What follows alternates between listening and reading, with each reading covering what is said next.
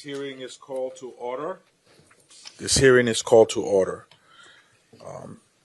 Good morning, everyone. I am Congressman Adriano Espaillat from New York's 13th Congressional District and the chair of the Congressional Hispanic Caucus.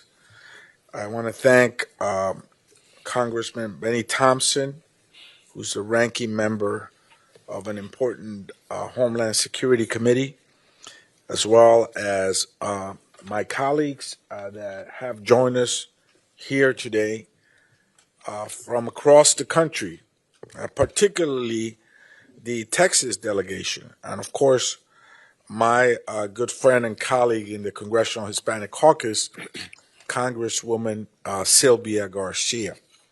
I want to thank you all, the Texas delegation, for hosting us here today, for your hospitality, and for your interest, genuine interest in this case. The entire nation is watching this case. First and foremost, I want to thank the Salgado family. My heart goes out to you. Mi corazón está con ustedes. No family should go through what you're going through. Ronaldo, Lorenzo, we are here today in solidarity with you to make a pursuit of justice for your father. He will not be forgotten. No, nunca olvidaremos a su padre. Gracias por su coraje de estar aquí hoy con nosotros. Thank you for being with us here today. Just 6 days later, after the killing of the Salgado,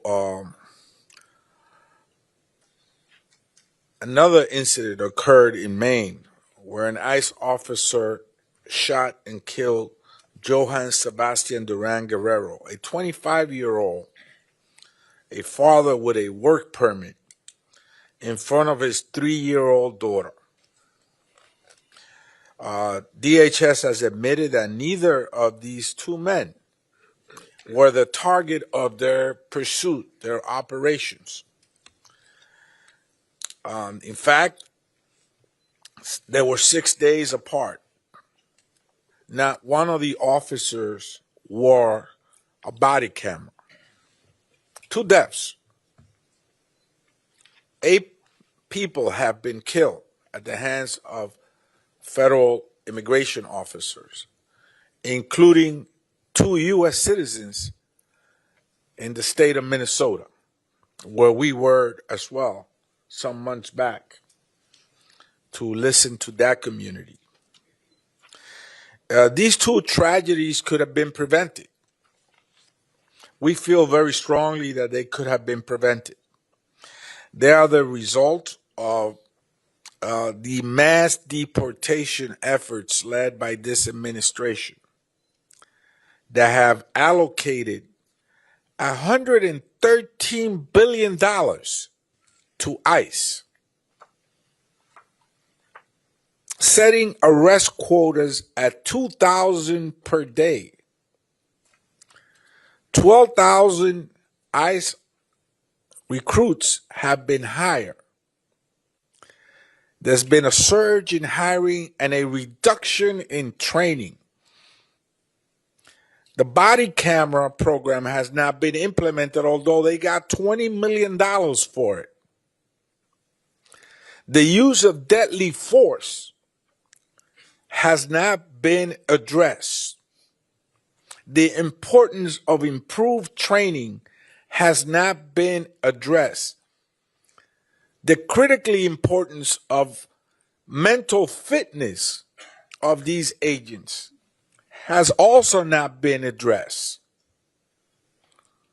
So this is a perfect storm that unfortunately has led to the killing of people across the country. So we're here to support the family and to listen to the community. We've invited ICE and they refuse. We invited DHS, and they refused. We invited the FBI, and they refused. Authorities have refused to come forward. And so we are here to hold them accountable. And so I want to thank all of you for being here. Congresswoman Sylvia Garcia has been a strong voice for immigration reform.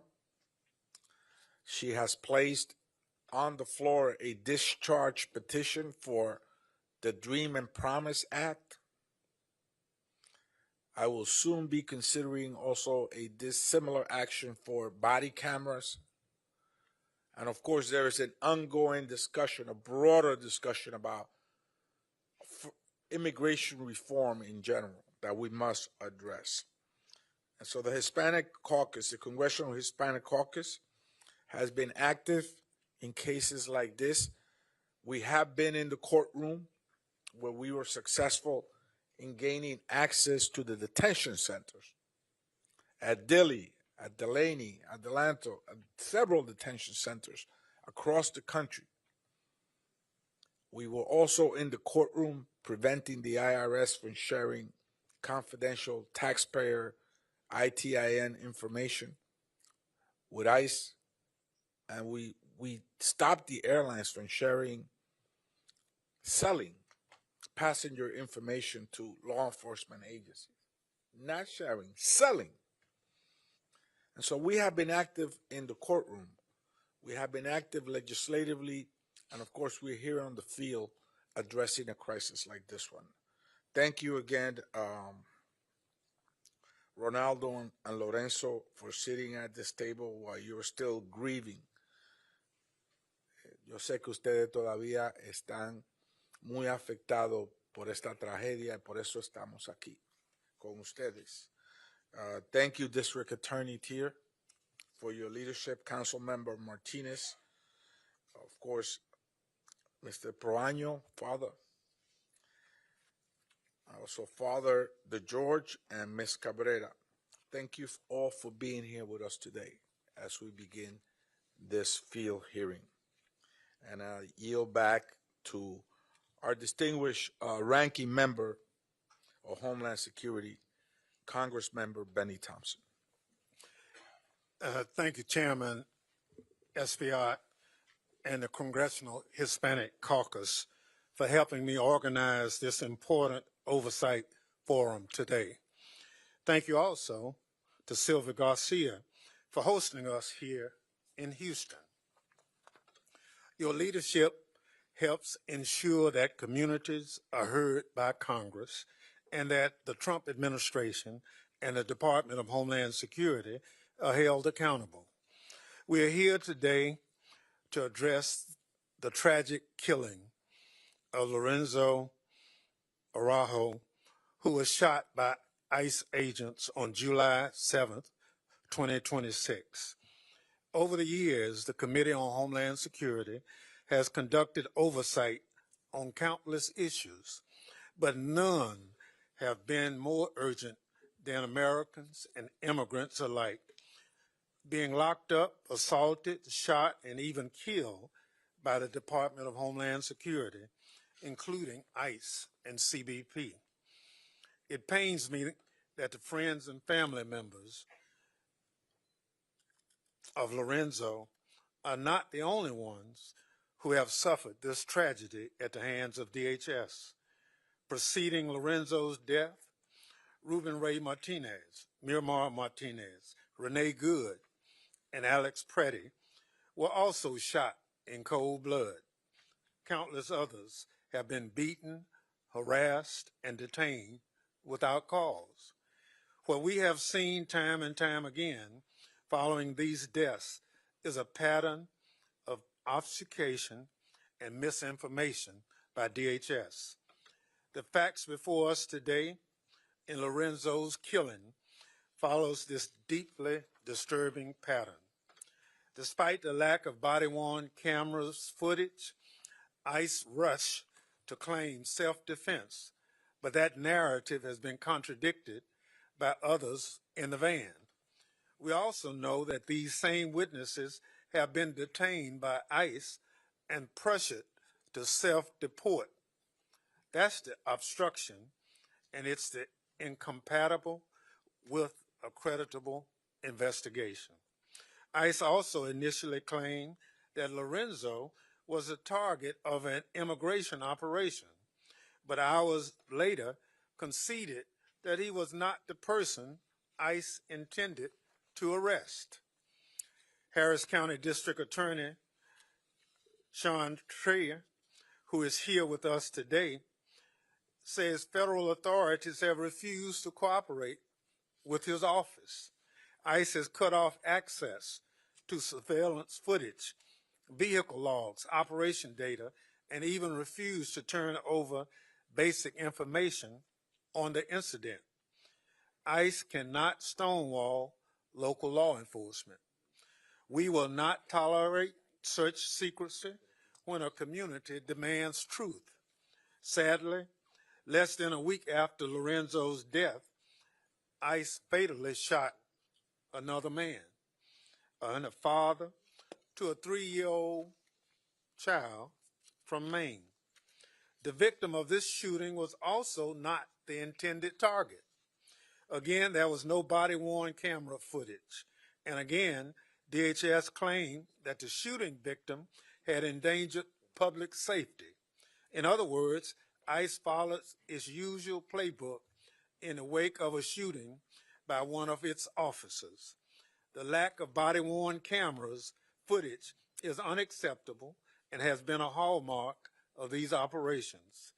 DHS blames the lack of cameras on government shutdowns, but even months after DHS pledged to rapidly deploy the technology, they are still not in use. And to no one's surprise, the Trump administration has no interest in reforms that will save lives. In response to these two most recent killings, ICE quietly instructed officers to cease most of the vehicle stops, a tactic admission that the tactic had been out of control. Yet, within a day, President Trump publicly reversed the pause in a social media post ordering that traffic stops continue. This is no way to manage law enforcement operations.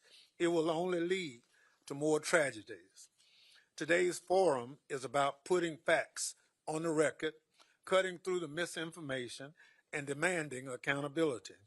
Accountability means evidence. We demand DHS cooperate with local law enforcement agencies by sharing all the evidence in its possession on these shootings. Accountability means reform. Body-worn cameras must be in active use by every ICE agent. Witnesses must be protected against deportation. ICE must submit to independent and transparent investigations following any use of deadly force. To Representative Espaillat, the CHC, our witnesses, and the Houston community, thank you for your courage and commitment to this most sacred work. Today, we honor Lorenzo's memory as well as the other victims of ICE violence by demanding truth, accountability, and reform. With that, I yield back. Thank you, Ranking Member. Before introducing the next speaker, I want to thank the members of the Congressional Hispanic Caucus for teaching many across the country how to fight for immigration. We saw how Congressman Joaquin Castro went to Delhi to rescue young children there. How Congressman Menendez been to Delaney, and how the Congress members from the Congressional Hispanic Caucus have been at the forefront of the fight for justice for immigrants across the country. And I yield now to, of course, your representative here in Texas in the 29th District and the whip of the Congressional Hispanic Caucus, Congresswoman Sylvia Garcia. Thank you, Mr. Chairman, and thank you to the ranking member and to all my colleagues who are joining us here today. I especially also want to thank the witnesses who have agreed to testify and all the members of the public who have taken the time to be here. This hearing is about accountability. It's about transparency and ensuring that the responsibility that we have to uphold the Constitution is carried out and that federal government exercises its authority under that Constitution. It is my honor to represent the 29th Congressional District in Washington. The communities I represent have contributed to the strength and success of not only our city, but in fact, our country. There are communities built on family, faith, hard work, and there are communities that believe in opportunity, where neighbors look one after each other, who believe that every American deserves a free, safe space to pursue the American dream. For months, I've heard from people in my community who are scared. Parents are afraid to drive their children to school. Workers are afraid to go to work. Seniors are afraid to go to church, buy groceries, and go to even doctor's appointments.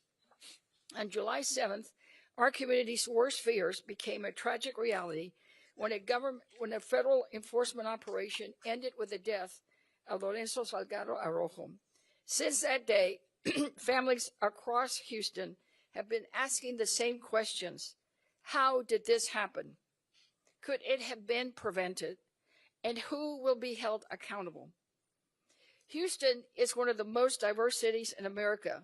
It is a city built by immigrants from every corner of the world. They have opened businesses, served in our military, cared for our children, and helped make Houston the extraordinary city it is today. Our immigrant communities are not strangers. They're our neighbors. They are members of our churches. They coach our children's soccer teams. They sit beside us in classrooms and workplaces. They're part of the fabric of the city. That is why what happens during immigration enforcement operation matters, not only to those directly involved, but to the entire community of our city. It matters whether constitutional rights are respected. It matters whether families are treated with dignity and respect. And it matters when the public has confidence that these extraordinary powers are being exercised fairly, professionally, and lawfully. Congress has a constitutional duty to conduct oversight. Oversight is not about politics. It's about accountability. It's about making sure that agencies entrusted with enormous authority are using that authority wisely and responsibly. Some of the questions we want to answer to today will not get answers because it's already been stated, no representative ICE or Department of Homeland Security agreed to participate. And Mr. Chairman, at this time, I'd like to introduce copies of letters that we have sent to ICE, Homeland Security, and all of them to seek an accountability. They have refused to answer any of these letters. Those are 6 letters. 2 were sent to them by our local Democratic delegation. 1 was sent for the CHC, 2 from oversight committees, 1 from the Homeland Security Committee, 1 for the Democratic caucus with 180 signatures. That's probably a record. And 1 letter asking for parole for Victor, and 1 letter requesting all evidentiary materials to be given to the local partners so that we know what is going on. All of them, to a 1, has received no answers. And I have been told by the Director of Homeland Security that they don't intend to give us any answers until their investigation is complete. So that's why hearings like these matter, so that we can get some answers. And I also want to introduce a second letter from the Relaciones Exteriores de Mexico, where in their letter to me, they say that the government of Mexico wishes to convey its concern regarding recent incidents involving the use of force and the conditions faced by Mexican nationals in the context of immigration enforcement detention. So it's not just here in Houston, it's across the country and globally that people are concerned about the actions of ICE So I want to assure everyone in Houston and Magnolia and the East End that this does not end today. My colleagues and I will continue to investigate this administration's actions, demand accountability, and insist that every federal agency follows the Constitution and all the laws of the United States of America. There will be no more hearings. There will be more hearings, more testimony, and we will fight tooth and nail to ensure the murder committed by federal agents never, ever happens again. I'm proud of Mr. Salgado's sons. In the midst of an unimaginable grief, they have shown extraordinary courage. They have become powerful advocates, not only for their father, but for every family that wants answers and accountability. We are stronger than fear. We are stronger than intimidation. We will keep fighting until justice is done. Thank you. Thank you. The presentation of those documents are duly noted. Again, the Hispanic Caucus will not let go of this. We want a full independent investigation. We want DHS to cooperate with the Harris County District Attorney and the Texas Rangers instead of stonewalling them. We want every piece of evidence preserved, released to the public, and we want the 3 witnesses still in federal custody, protected and not deported, where they cannot testify. With that, we welcome and we extend our condolences to a young man who's shown up here today under very adverse conditions. Both of you have shown up to provide your testimony.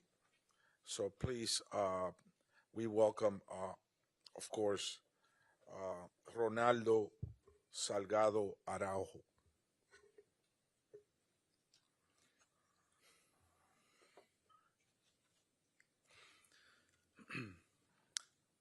Good morning. My name is Ronaldo Salgado. And I am Lorenzo Salgado Jr. We are 2 of Lorenzo Salgado Araujo's sons. Thank you for the opportunity to speak with you today. Thank you to the others who are here testifying, and thank you to the community members who have joined us in grieving. Whether you knew our father or saw yourself and your loved ones in him, your support has carried us through the hardest 2 weeks of our lives. Our father was a humble, hard-working family man. He didn't need anybody to know his name. He worked hard to protect and provide for our family, to put me and my siblings through college. He taught us that good things come to those that work hard. Our father was also a man of many routines. His last day started like so many days during his 35 years in this country, a country that he loved. He and my mom woke up before the sun. She cooked him a big meal to carry him through the day. He said goodbye to her and to our dog, said a prayer inside his van, and was out the driveway before 6 a.m. to pick up his construction crew. Men he'd worked alongside for years, family men who took great pride in their craft to provide for their own families. One of these men was our dear uncle, Victor Hugo. At about 7 a.m., our mom called to tell us our dad was in trouble. We suspected it involved ICE. As a family, we talked more than once about what would happen if our dad encountered ICE officers. We dreaded the call, but we were prepared. We believed there would be a process and that no matter what happened, there would be a way for our dad to come home. I drove an hour to his work site, but no luck. But then I learned on Facebook about ICE activity near Canal and Wayside. I never imagined it was him. When I got to the intersection of Canal and Wayside, I found his van, but I didn't find him. I stayed for hours asking anyone, law enforcement, neighbors. I even asked a homeowner if I could climb on her roof to see if I can see something. I learned again from a Facebook post that our dad had been shot. Not because I could see him, but because I could hear his voice on videos posted online crying for help. Hours after the video was posted, I finally had learned that my dad had been taken to Bentop Hospital, but with no signs of his condition. I waited there for hours until Congresswoman Sylvia Garcia stepped in and demanded answers. Finally, it was confirmed. My dad, Lorenzo Salgado Araujo, age 52, had died from his injuries. Over the past 2 weeks, we've had to grieve our father too soon and without straight answers. DHS, first said ICE, targeted our father, then admitted he was never their intended target at all. DHS also said he weaponized his vehicle, a claim the 3 men who were in the van with him have directly disputed, and one that the surveillance footage made public so far does not appear to show. None of the agents involved were wearing body cameras, so we'll never have that perspective. Now they're saying there may have been drugs in the vehicle, which anyone who knew our father would tell you is absurd. He did not use drugs. He abhorred them. And I know my father would have stopped his vehicle immediately if ICE agents had clearly identified themselves, rather than aggressively approach him in 2 unmarked vehicles without emergency lights on. That must have been terrifying, not knowing who was after him. We had talked about what would happen if he were to be stopped by ICE and how he would conduct himself. And he believed there would always be a way for him to come back home to us. We are not the only family living this Kafkaesque nightmare. Shortly after our father was killed, a 3-year-old girl in Biddeford, Maine, watched federal agents shoot and kill her father, Joan Sebastian Duran Guerrero. He too was later confirmed not to be their target. Queremos que su familia sepa, compartimos su dolor. Nadie debería enterrar un padre o un ser querido de esta manera. Our father deserves justice. Today, we are asking that you use your authority as members of Congress to help ensure that he gets it. I want to first highlight one of the members of Congress here today, Congresswoman Sylvia Garcia. When I was at Bentop Hospital pacing through the hallways waiting for an answer, the Congresswoman stepped up and marched into the lobby in her powerful pink suit jacket and demanded to speak with the higher-ups to finally get the confirmation that my dad had died. I do not want any of you elected officials to have to go through what the Congresswoman did that day. How many more of our dads have to die? How many more children have to wait hopelessly for answers?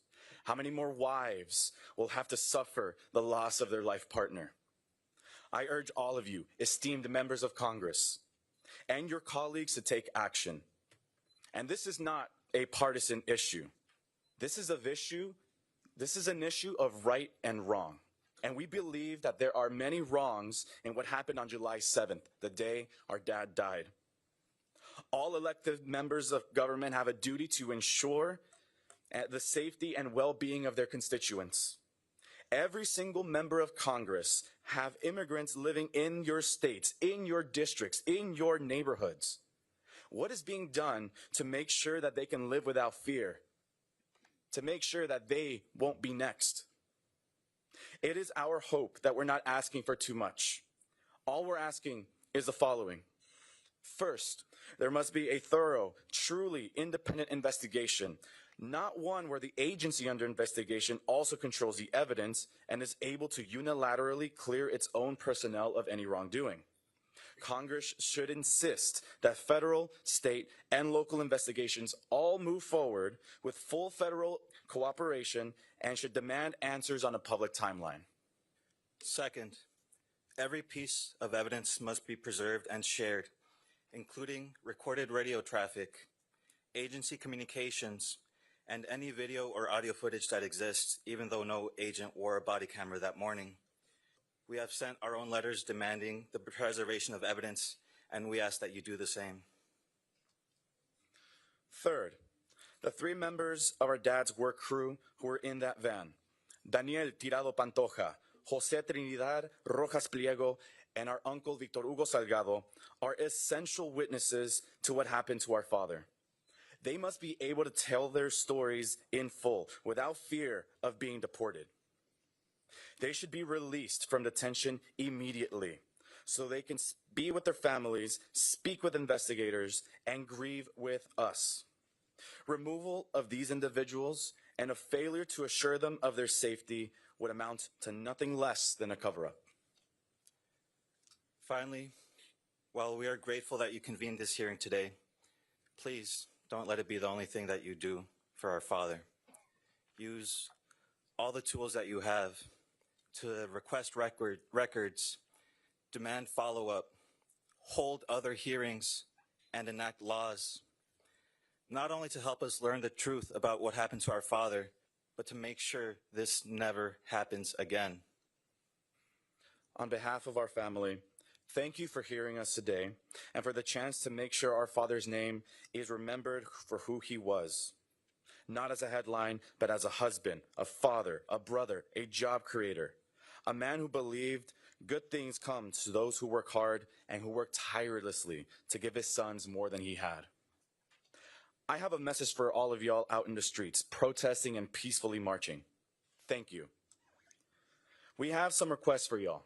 First, be loud in calling for justice for our dad, Lorenzo Salgado, justicia para Joan y justicia para todos. Second, stay hydrated.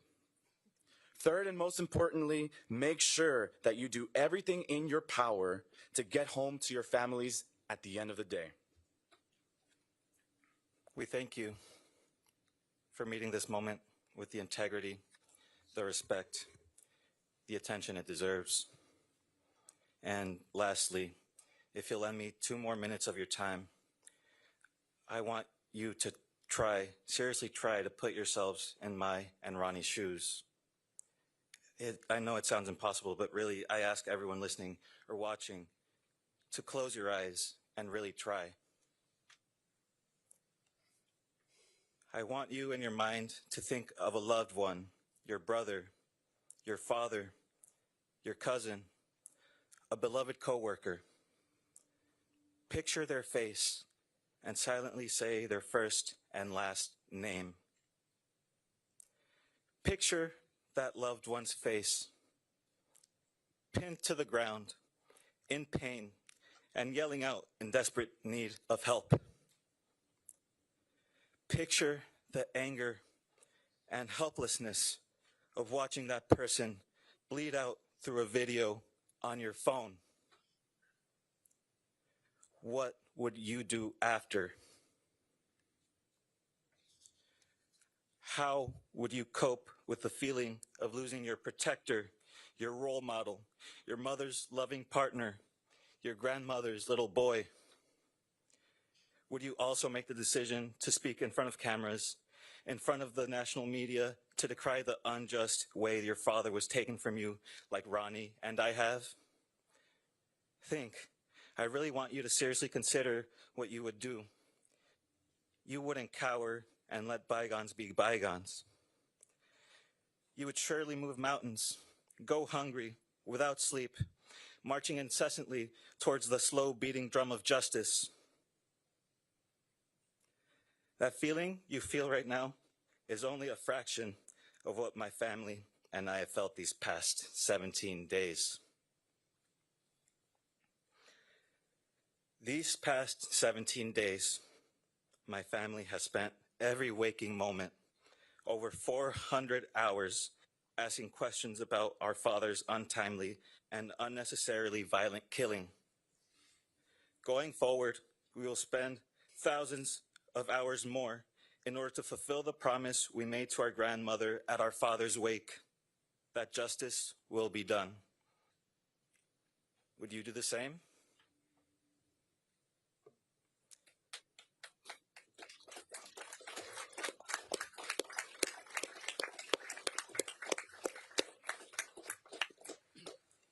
We thank you for your efforts to make sure Lorenzo Salgado Araujo gets the justice he deserves.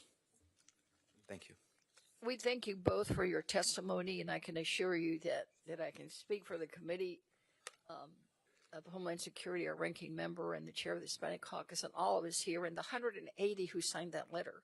that we are with you, we hear you, and we too will not stop until justice is done. So you tell your abuelita that, okay? So next we have our witness, Sean Tier, who is our Harris County District Attorney. Sean was elected in 2024. Before taking office, he spent more than 11 years as a prosecutor in the Harris County District Attorney's Office, including 6 years as chief of the Vehicular Crimes Division. As DA, he has emphasized balancing public safety with fairness, supporting crime victims, and ensuring accountability within the criminal justice system. DA Tier is a fierce ally in the fight for justice, and we thank you for being here today, and you can begin your testimony. You have 5 minutes. Chairman Esbiat, Ranking Member Thompson, Representative Garcia, thank you for the opportunity to testify today. And thank you for bringing the vital oversight work of Congress right here to Houston. My name is Sean Tier. In 2024, I was elected by the people of Harris County to serve as district attorney. I'm the chief law enforcement officer for the third largest county in the United States, a county I'm proud to call home, defined by its diversity, resilience, grit, and courage in the face of any challenge. Today, our whole community is hurting. We're hurting because on July 7th, Lorenzo Salgado, by all accounts, a committed husband, father, and true Houstonian for more than 3 decades, was killed on his way to his construction job during an encounter with federal immigration officers. As someone who spent my career fighting for justice, I know there must be a transparent, independent investigation into what happened that day. That means we pursue the truth with courage, free of bias, free of prejudice, without the outcome already decided. We must look at every piece of evidence, talk to every witness, collect and examine every video. We must follow the evidence wherever it may lead.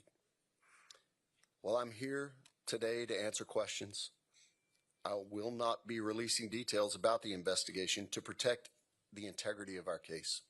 Make no mistake, I want to be as transparent with the public as possible, but my first and non-negotiable duty is to protect this case.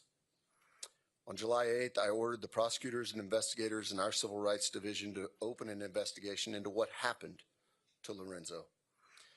Since then, for the last 14 plus days, this team has spent every single day in the East End collecting evidence and interviewing witnesses. Understand that this parallel independent investigation by the Harris County DA's office is not unique. It's been the standard practice for decades. When a civilian is killed by an on-duty member of law enforcement, we investigate. In fact, law enforcement routinely invites the DA's office to the scene so we can immediately begin our own independent investigation. We owe it to the officers who put their lives on the line to protect our community. We owe it to the grieving families deserving of a thorough by-the-book review. When misuse of authority is uncovered, we will pursue that accountability through the law. What was unique on July 7th was that an invitation to the scene never occurred. I want to be clear, that was not okay. It can never be the case that a life is taken by a law enforcement officer and a proper independent investigation doesn't immediately begin. In most instances, our independent investigation determines that proper procedures and laws were followed. Confidence in the criminal justice system demands that this independent investigation occurs. However, as I'll mention later, the tactics being used by ICE are threatening public safety overall. Again, since this is now an ongoing investigation, I won't discuss what we know or what we don't know. I can't provide information about potential charges or potential targets, and I'm not going to speculate on the timeline for our investigation. Doing so is premature and would jeopardize the integrity of the entire investigation. But here's what I can say. First, this investigation is moving rapidly. We don't have all the pieces, but we are making significant progress. Thanks to the public, we've received information that's helping to shape this investigation, which is also partly why I'm here today. I continue to urge anyone, particularly witnesses and neighbors from the East End, to come forward if you haven't already. You can trust my team. Our only goal is to get to the truth. Second, local law enforcement partners are now working with us to share information to support our investigation. We've collaborated with the Houston office of the FBI, the Houston Police Department, Harris County Constable Precinct 6, and Houston Metro. And I especially appreciate the support of the Department of Public Safety, Texas Rangers, who are working alongside our team of prosecutors and investigators to ensure a thorough investigation. Before I close, I need to take a moment to share with you serious concerns I have about the immigration enforcement tactics we've seen deployed around the country and the effect they're having on law enforcement overall. Those of us in law enforcement don't take issue with deporting violent felons. However, here in Harris County, there are crimes and cases my office has not been able to prosecute because witnesses are scared of immigration consequences. They refuse to come forward or testify for fear of being deported. Unauthorized individuals are especially vulnerable.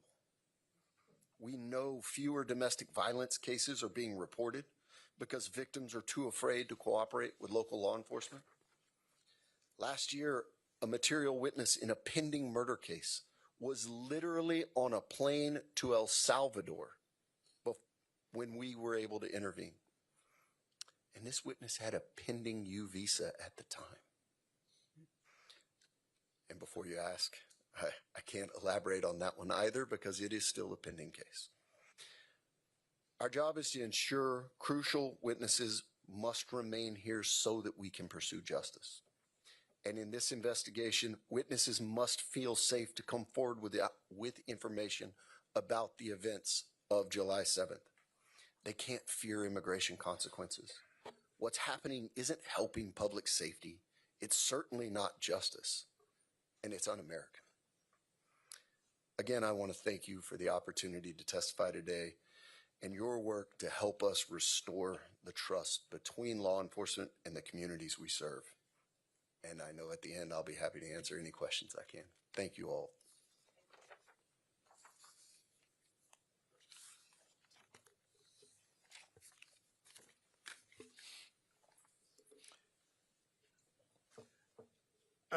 Thank you very much for your testimony. I'd like to now introduce Council Member Joaquin Martinez, who's a member of the City Council representing District I.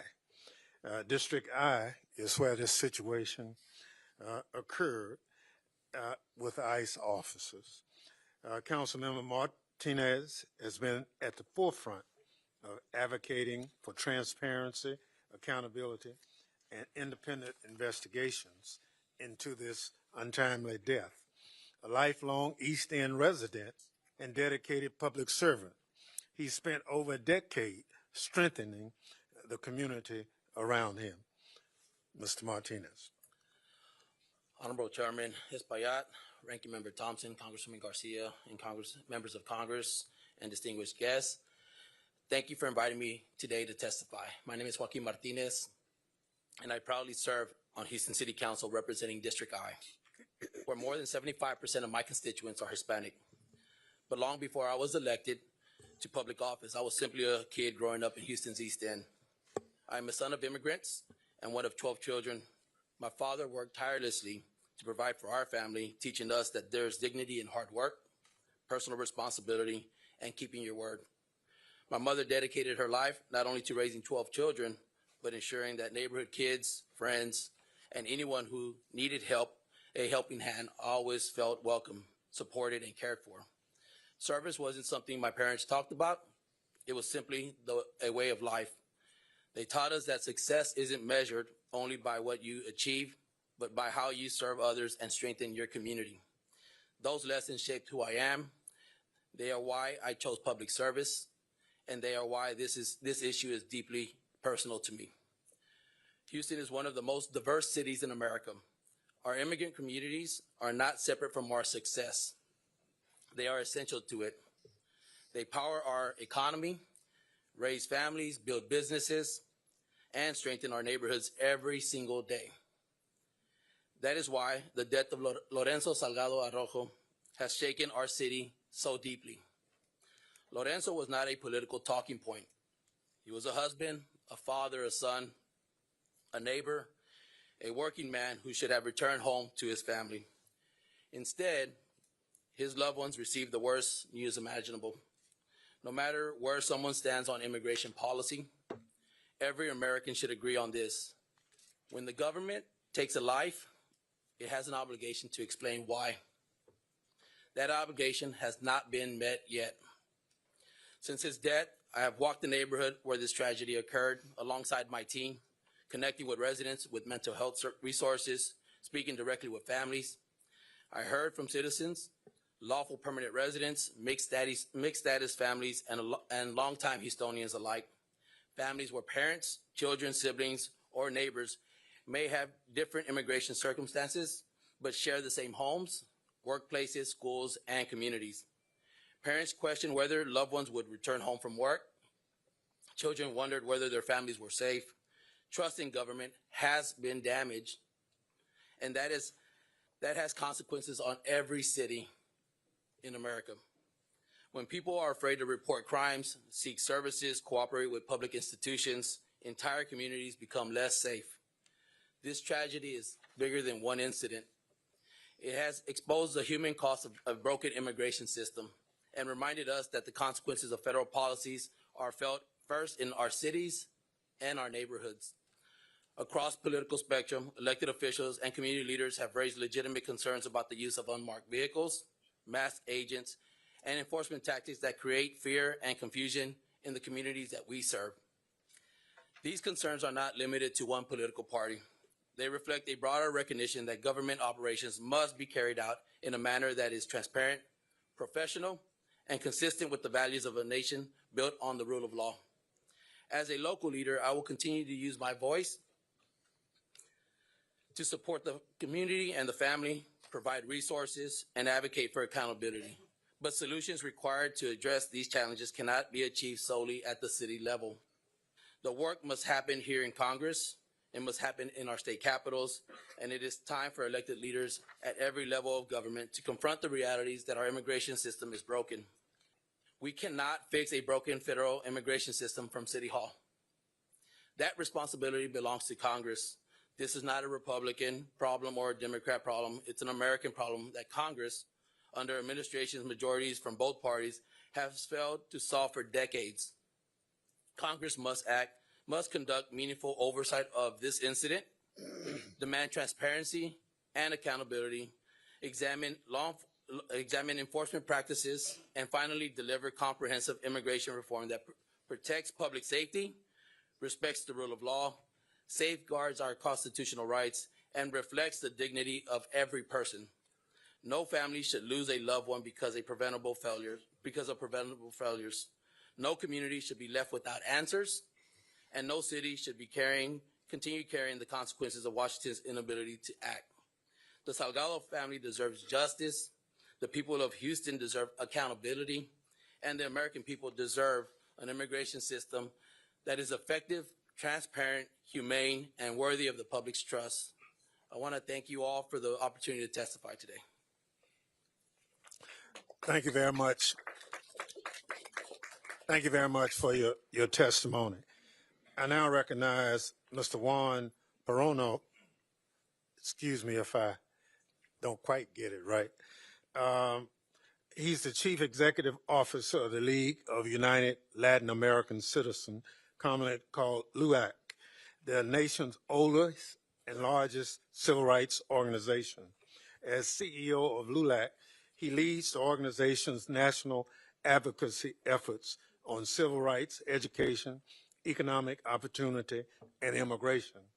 And we are happy to have his voice before this committee, obviously for such a time as this. Chairman Espaillat, Ranking Member Thompson, Representative Garcia, and distinguished members of the committee and of the Congressional Hispanic Caucus, thank you for bringing Congress to Houston, to the community where Lorenzo Salgado Araujo lived, worked, and died. My name is Juan Proaño, and I'm the Chief Executive Officer of the League of United Latin American Citizens, the oldest and largest Latino civil rights organization in America, founded in 1929, right here in Texas. We're gathered here today to examine the fatal shooting of Lorenzo Salgado Araujo and the all too common deaths caused by federal immigration enforcement officials. Before I begin, I want to take this opportunity to recognize Lorenzo's family. They have gone through heartbreak that no family should be forced to bear. Their courage and bravery in the wake of this tragedy has been inspiring, and though surely difficult, it has been vitally important. In that spirit, I commend Ronaldo and Lorenzo Jr.'s appearance before the committee today. And on behalf of LULAC, I want to express my deepest condolences and also tell them and everyone on this committee and in this country, Lorenzo's name and life will not be forgotten. He is and will remain an inspiration. Sadly, this killing is part of a broader trend. Federal immigration agents have repeatedly shot and killed United States citizens during civilian encounters, and dozens more. Citizens and immigrants alike have died in federal immigration custody. This calamity cannot continue, and with it, and it is with Congress's power to stop it from happening. Members of this committee, it could have been me. It could have been my father, my brother, my uncle. It could have been anyone gathered here today. In the 18 months since the second administration began, at least 8 people have been killed and dozens more shots in encounters with federal immigration agents. That includes Ruben Ray Martinez, a 23-year-old U.S. citizen from San Antonio who had just turned 23 and was planning to enroll in trade school to become a mechanic. Keith Porter Jr. was 43, a father of 2 daughters, and by all accounts, of family and neighbors, an outgoing, caring man. And of course, in January 2026, there was a shocking killings of Renee Nicole Good and Alex Preddy. And the killings continue. 6 days after Lorenzo, on July 13th, 2026, an ICE officer shot and killed a 26-year-old Colombian man authorized to work in the United States, Joan Sebastian Duran Guerrero, in Biddeford, Maine. Again, during a vehicle stop with his 3-year-old daughter in that car. Again, described by DHS as a case of a driver weaponizing his car, and again involving agents who were not wearing body cameras. Taken together, these are not isolated tragedies attributed to a single rogue officer or a single bad night. Public reporting has documented at least 30 separate incidents since mid-2025 in which federal immigration agents fired at people, killing at least 8 and injuring at least 14, and at least 46 additional incidents in which agents held bystanders, protesters, and others at gunpoint under questionable circumstances. And these figures are likely undercounted, given the number of instances we have heard about. And the danger does not even end when someone survives an encounter on the street. It continues and by some measures intensifies once they're taken into ICE custody. In the first 500 days of the second Trump administration, there have been at least 52 documented deaths in ICE custody. The mortality rate inside ICE detention centers is now at its highest level in more than 2 decades. Nearly 4 times the rate under the prior administration, and more than 2.5 times the rate during this administration's first term. These increasingly dangerous conditions with record numbers of detention are increasingly hidden from public view. Last month, ICE ended a policy that required it to notify Congress and investigate the deaths of detainees who die within 30 days of release from custody. Precisely the population most likely to have died from conditions that began while they were detained. And the shootings and detention deaths described above are the most acute expression of a wider set of policies from the Trump administration targeting Latinos. the overwhelming majority whom are lawfully in this country, creating a dangerous fear within our community. In a Pew poll last year, half of U.S. Latinos said that they were worried they or someone close to them might be deported, and a majority said that they were personally aware of a recent nearby ICE arrest or raid.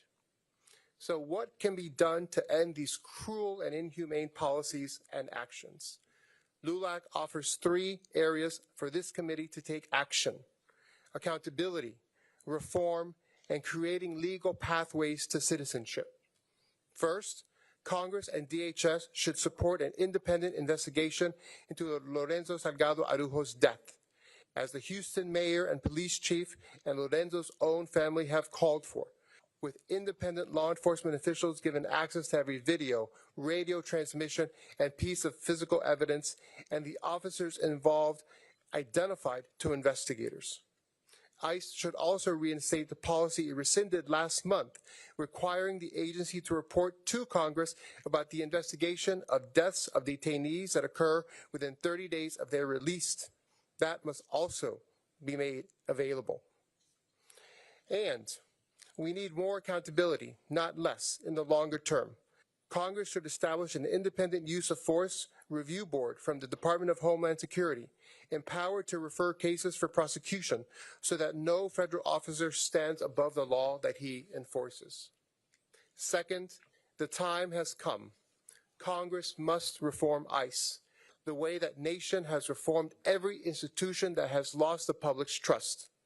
The Secretary of Homeland Security can act by directive right now, prohibiting agents from firing weapons at moving vehicles. This tactic has led to numerous tragic deaths, and it is one that American civilian policing has largely abandoned. Requiring body-worn cameras on every officer in every operation, closing the gap left to investigators without footage in the Salgado, Araujo, Duran, Guerrero, and Porter shootings, and in ending the practice of masked, unidentifiable agents operating in American neighborhoods. But we have seen no indication that the Trump administration has any desire to take any meaningful action. Therefore, Congress should write binding use of force standards into statute, requiring rigorous training and full background checks for every agent, including the thousands hired amid this administration's rapid hiring surge, and eliminate arrest quotas that reward volume of arrests over judgment in the field. Finally, it is time for both parties to come together to legislate enduring legal pathways to citizenship. LULAC believes in the rule of law. We agree that America must have a secure and orderly border that responsibly and humanely manages unlawful entry. But a policy of enforcement alone has failed for 40 years under administrations of both parties. A man like Lorenzo Salgado Araujo, who had for 35 years worked, paid taxes, and created jobs in this state, in Texas, with a pending permit application, should have had a line to stand in. So Congress must build one, earned legalization for long-term residents, dreamers, farm workers, and essential workers paired with a modernized legal immigration system that matches the American economy, Latino workers, and business owners already anchor. In fact, this has been done before with support from both parties.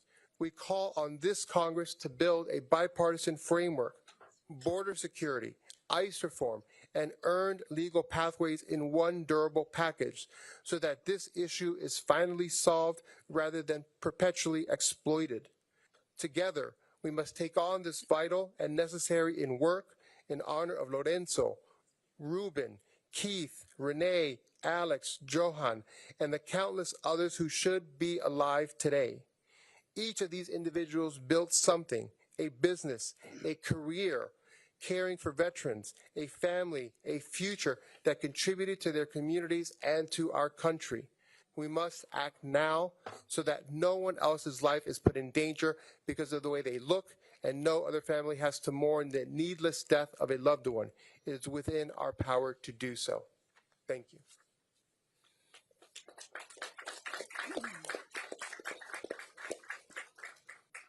Thank you. Our next witness is Patricia Cabrera, Director of East End Communities, a collaborative dedicated to strengthening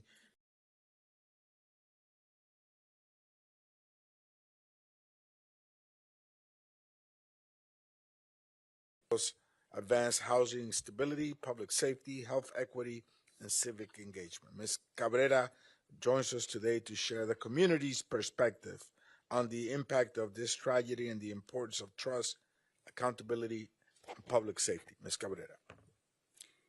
Good afternoon, members of the caucus and committee. My name is Patricia Cabrera. I've worked in Houston's East End for many years, but for the past 7 years, I've been centered in the beautiful and historic neighborhood of Magnolia Park. To understand the depth of the trauma our community experienced with the death of Mr. Lorenzo Salgado Araujo, you must first understand Magnolia Park. Magnolia Park is home to nearly 15,000 residents. 89% are Hispanic, mostly of Mexican origin, and 44% are foreign-born. Local research tells us 1 in 4 residents is undocumented or lives in a mixed-status household. It's easy to understand, then, why newly arrived immigrants find safety, belonging, and opportunity in this barrio. Here you can buy groceries and order your pan dulce in Spanish, attend church, seek assistance through trusted community organizations, learn English if needed, and find enriching opportunities for your children. If you choose to work, English is not always required. There has always been work, and there will always be opportunity. Mr. Salgado Araujo's story felt painfully familiar to me. Just recently, I translated for a family working with volunteer attorneys who were preparing powers of attorney for parents at risk of deportation. Like Mr. Salgado Araujo, they had lived in this country for nearly 30 years.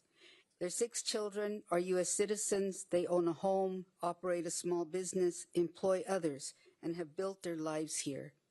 Their oldest son, only 24 years old, was given power of attorney to become head of the household in the event both parents were taken away. Then I heard of another family with a nearly identical story, but this father has already been detained by ICE. His company vehicles have been confiscated, and his family has already paid $45,000 to an attorney who is requesting another $50,000. These stories made me wonder, what was happening 30 years ago that brought these young men to the United States? I learned that Mexico is experiencing a devastating economic crisis as the peso lost much of its value. At the same time, the American economy was growing rapidly and desperately needed workers. They came seeking opportunity, and this country benefited from their labor. For 3 decades, these men and women helped build our homes, roads, businesses, and neighborhoods. More importantly, they invested in the future of this country by teaching their children the value of hard work, education, and service. Many were the parents of the dreamers, whose potential was ultimately recognized through bipartisan efforts that allowed them to pursue higher education and careers. Today, many of these children are professionals, business owners, public servants, and taxpayers contributing to the United States. These families are not criminals.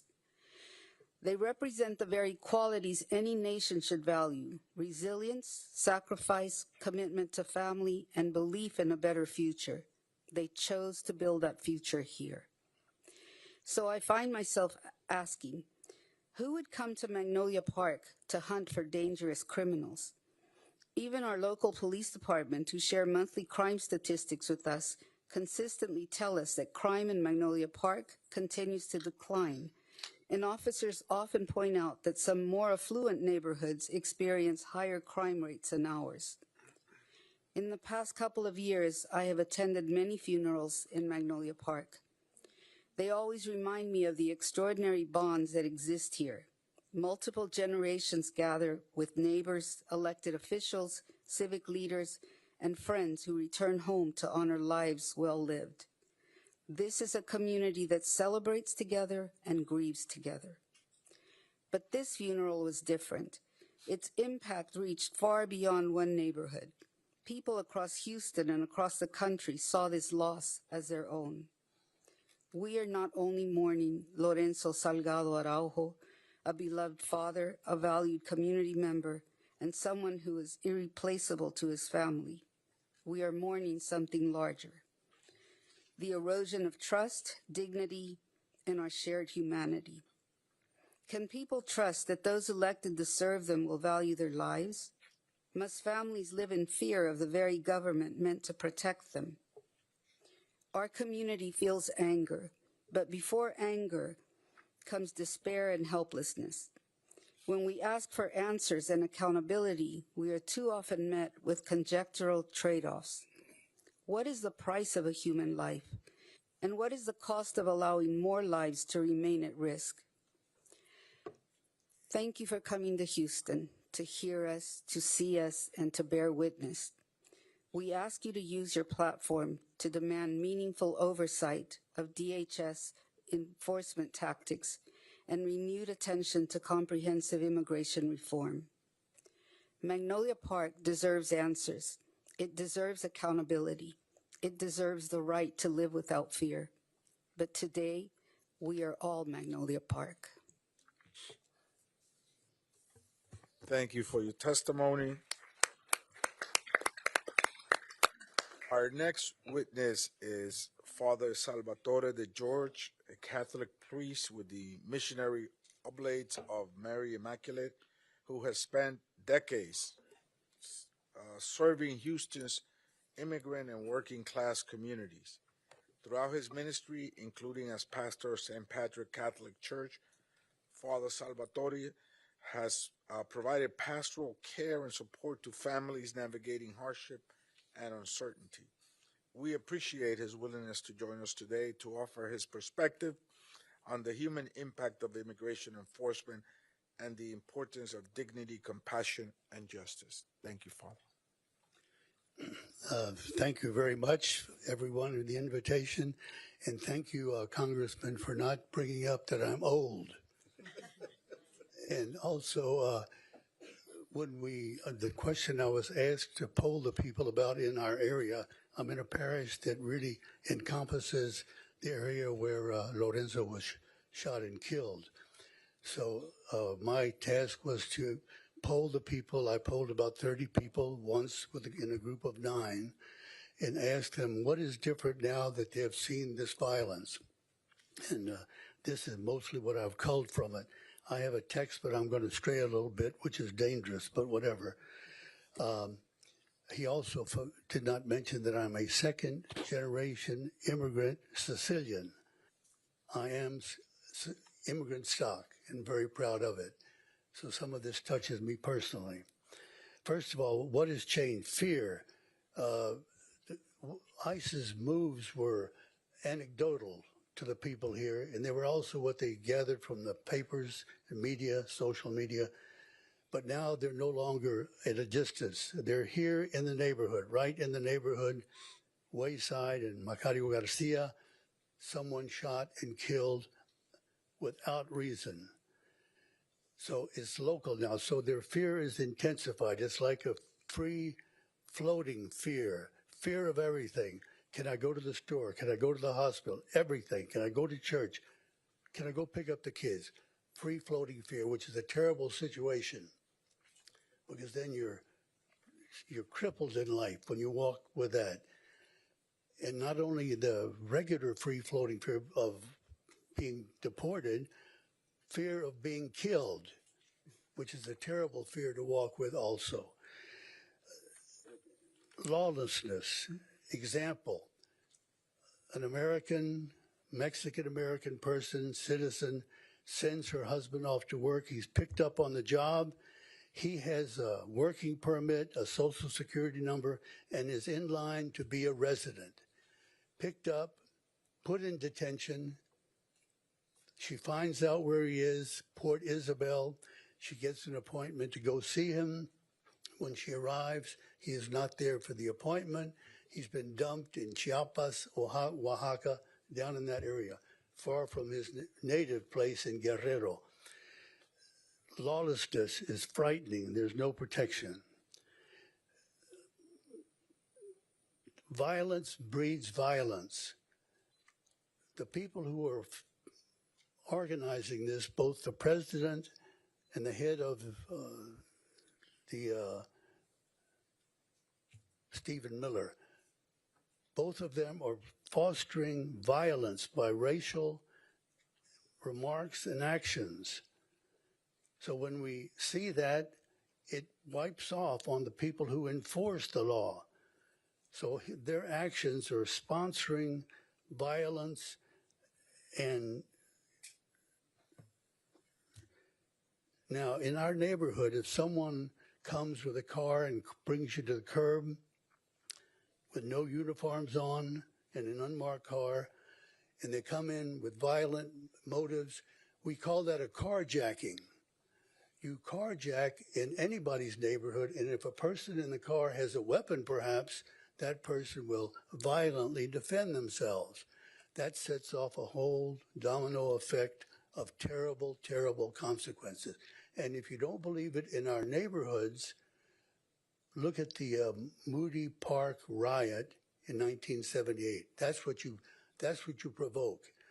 And the fact of the matter is our people are seeing that violence is being provoked, which is not one of the places where the government should be present.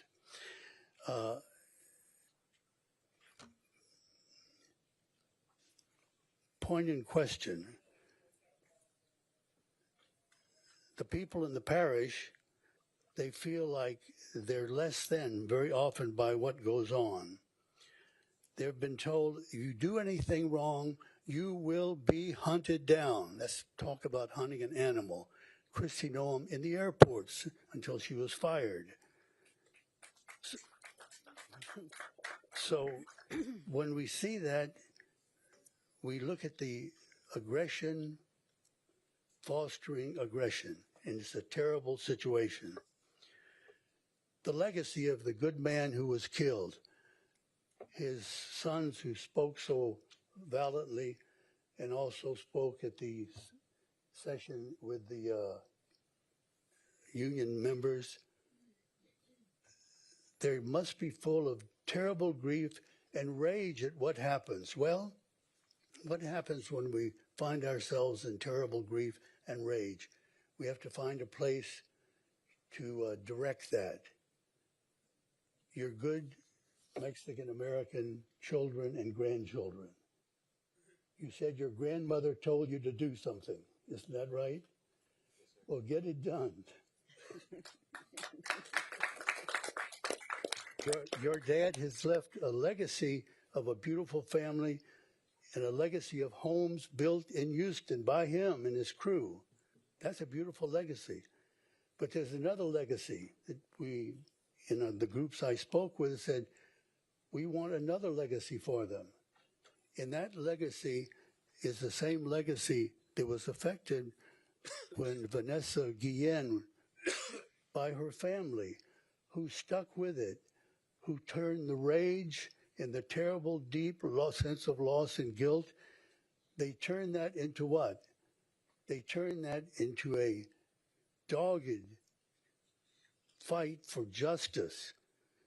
So much so that the people in the parish said, wouldn't it be great if one of these days we had the name of Lorenzo Salgado Araujo, if we would have his name shining in the stars of heaven like the names of Vanessa Guillen, Sandra Bland, Rosa Parks, and others, that the legacy also be a profound legacy of justice that we can remember and that will make you so proud. The blood of your father would water that beautiful tree of justice, just like the blood of Christians watered the beautiful Christian of your faith. And lastly, the people of the parish, their faith. Surprisingly, their faith is still very strong.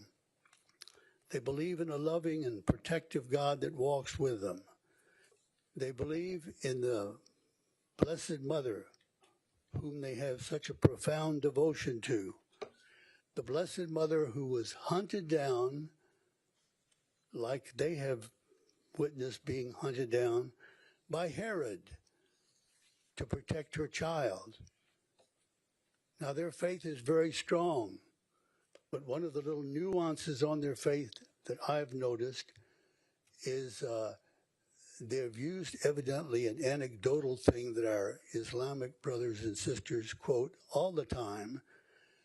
They say, "See, yes, trust God, but tie up your camel."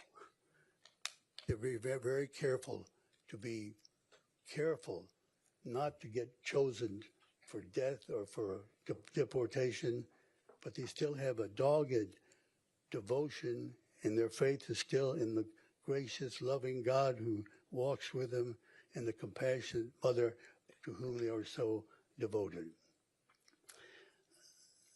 Lastly, at one of the rallies, as you work with this work of justice, recall the words that were cited at the last rally that we were at together, the two sons from Plato.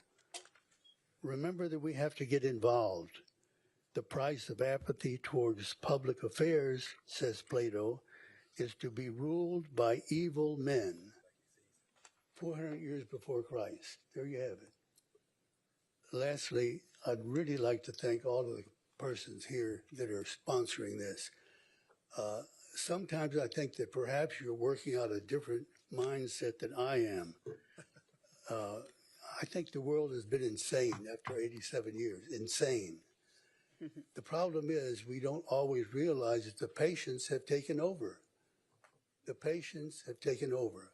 So if you think you're going to deal with that situation in a rational, moral way, they have no moral conscience. They are working out of a cultic, invincible ignorance, and that's difficult to work with. So thank you for your presence, and good luck with what you're trying to do. But if you get the wrong perspective on who you're working with, who knows what that's going to do. Pardon me, I've Thank gone you, over Father. time. Thank you so much. I would appeal to my colleagues the nearly impossible task of trying to get back on time. And I guess it starts with me. My questions go to the district attorney of Harris County. I know that you have stated that there is an ongoing investigation, and as such, you're not privy to share with us certain information, but your office does review every death that occurs during an interaction with law enforcement in Harris County. In nearly many of these cases, you begin with film footage that may be available through either body cameras, surveillance cameras, or bystanders who record these interactions, which is captured under written activation policies held to retention schedules, which establish rules about when your prosecutors get access to it. In this case, you have none of that.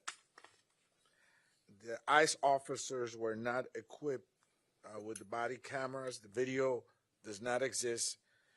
Surveillance footage and bystander recordings sit in federal custody, if there's any. So how does rebuilding this case differ, particularly and procedurally, from every other officer-involved death your office has handled? And what steps will you take to complete this to complete this and still move this case forward? What are the challenges given that reality? Well, Chairman, thank you. I will do my best to keep us on time as well. But we are, quite frankly, the experts in the state at collecting evidence, specifically surveillance and things like that. We have over 100 sworn police officers that work as investigators directly from my office. As I said in my testimony, from the morning after this shooting, we've been on the ground in the East End, in that intersection, down that street, and very far from that, trying to piece together exactly what happened that entire morning. So we have collected countless pieces of surveillance. We have talked to countless witnesses. And since the day after, we opened our own secure portal and pushed it out to the public as a whole. And it's one of the many, many reasons I love Houston and Harris County. The community has rallied around us. We've gotten so many tips, pieces of cell phone footage, all the other types of things that we would have normally been able to get that day. We've been able to recreate a significant portion of that as well.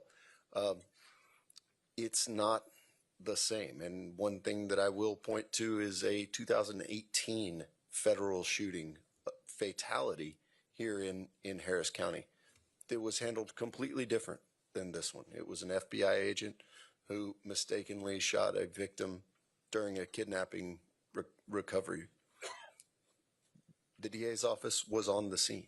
The DA's office from the very beginning was inside the rooms talking about evidence the way we do in all other shooting investigations. And we came to the end of that together with our law enforcement partners. This didn't happen that way at all. And it makes no sense. As we sit here today, Lorenzo's brother is having a hearing in detention about whether or not he gets to stay. He is, by all accounts, the most material witness in this shooting. And the fact that we're even going through the process to suggest he might not be here is it's unheard of. And they should not, those three men have committed no state crimes at all. They should not be in custody so that we don't have unfettered access to them, to be able to interview them, to be able to get exactly what happened while they sleep in their own beds, while they're with their families, and while they're not being treated the way they're being treated in Conroe. I apologize for the long answer, but I thought it was worth it. Thank you. In the interest of time, I yield to the ranking member, Benny Thompson. Thank you very much. Mr. DA, taking off from Mr. Espaillat's question, can you walk us through in concrete terms what your office has requested from DHS in the course of your investigation, and what has been provided and what has been withheld? So if we're going to go specifically to DHS, my office has reached out to DHS on a number of occasions after this shooting. And not only have we not been told no, we haven't gotten anything back. We haven't gotten a response to anything. So you've not gotten anything back? No, sir. Is this normal for an agency to act this way? It's unique in its abnormality. There has, in every agency in the 20 years that I've been in law enforcement, I've never seen behavior like this. The FBI, that had a very, very small scope in this investigation, had us to the FBI field office within days and let us know what they had. We weren't given immediate access, but they at least... And they have not? We haven't heard anything from them. All right, lastly, bear with myself. So with that being the case, to what extent can you provide an independent local investigation when the federal government controls access to the scene, the vehicle, the body, and the eyewitnesses? We're very good at what we do at the DA's office here with the help of the Texas Rangers and our local law enforcement. I feel very confident in our ability to conduct the investigation that we do in all of these cases to an extent, but we're going to need the help of bodies like this one to compel DHS to give us the evidence that they would give, that all other agencies would give us. So we're going to be able to be as transparent and get justice, but we're going to need help to do it. I yield back. Thank you, Ranking Member. And now we will hear from Congresswoman Sylvia Garcia.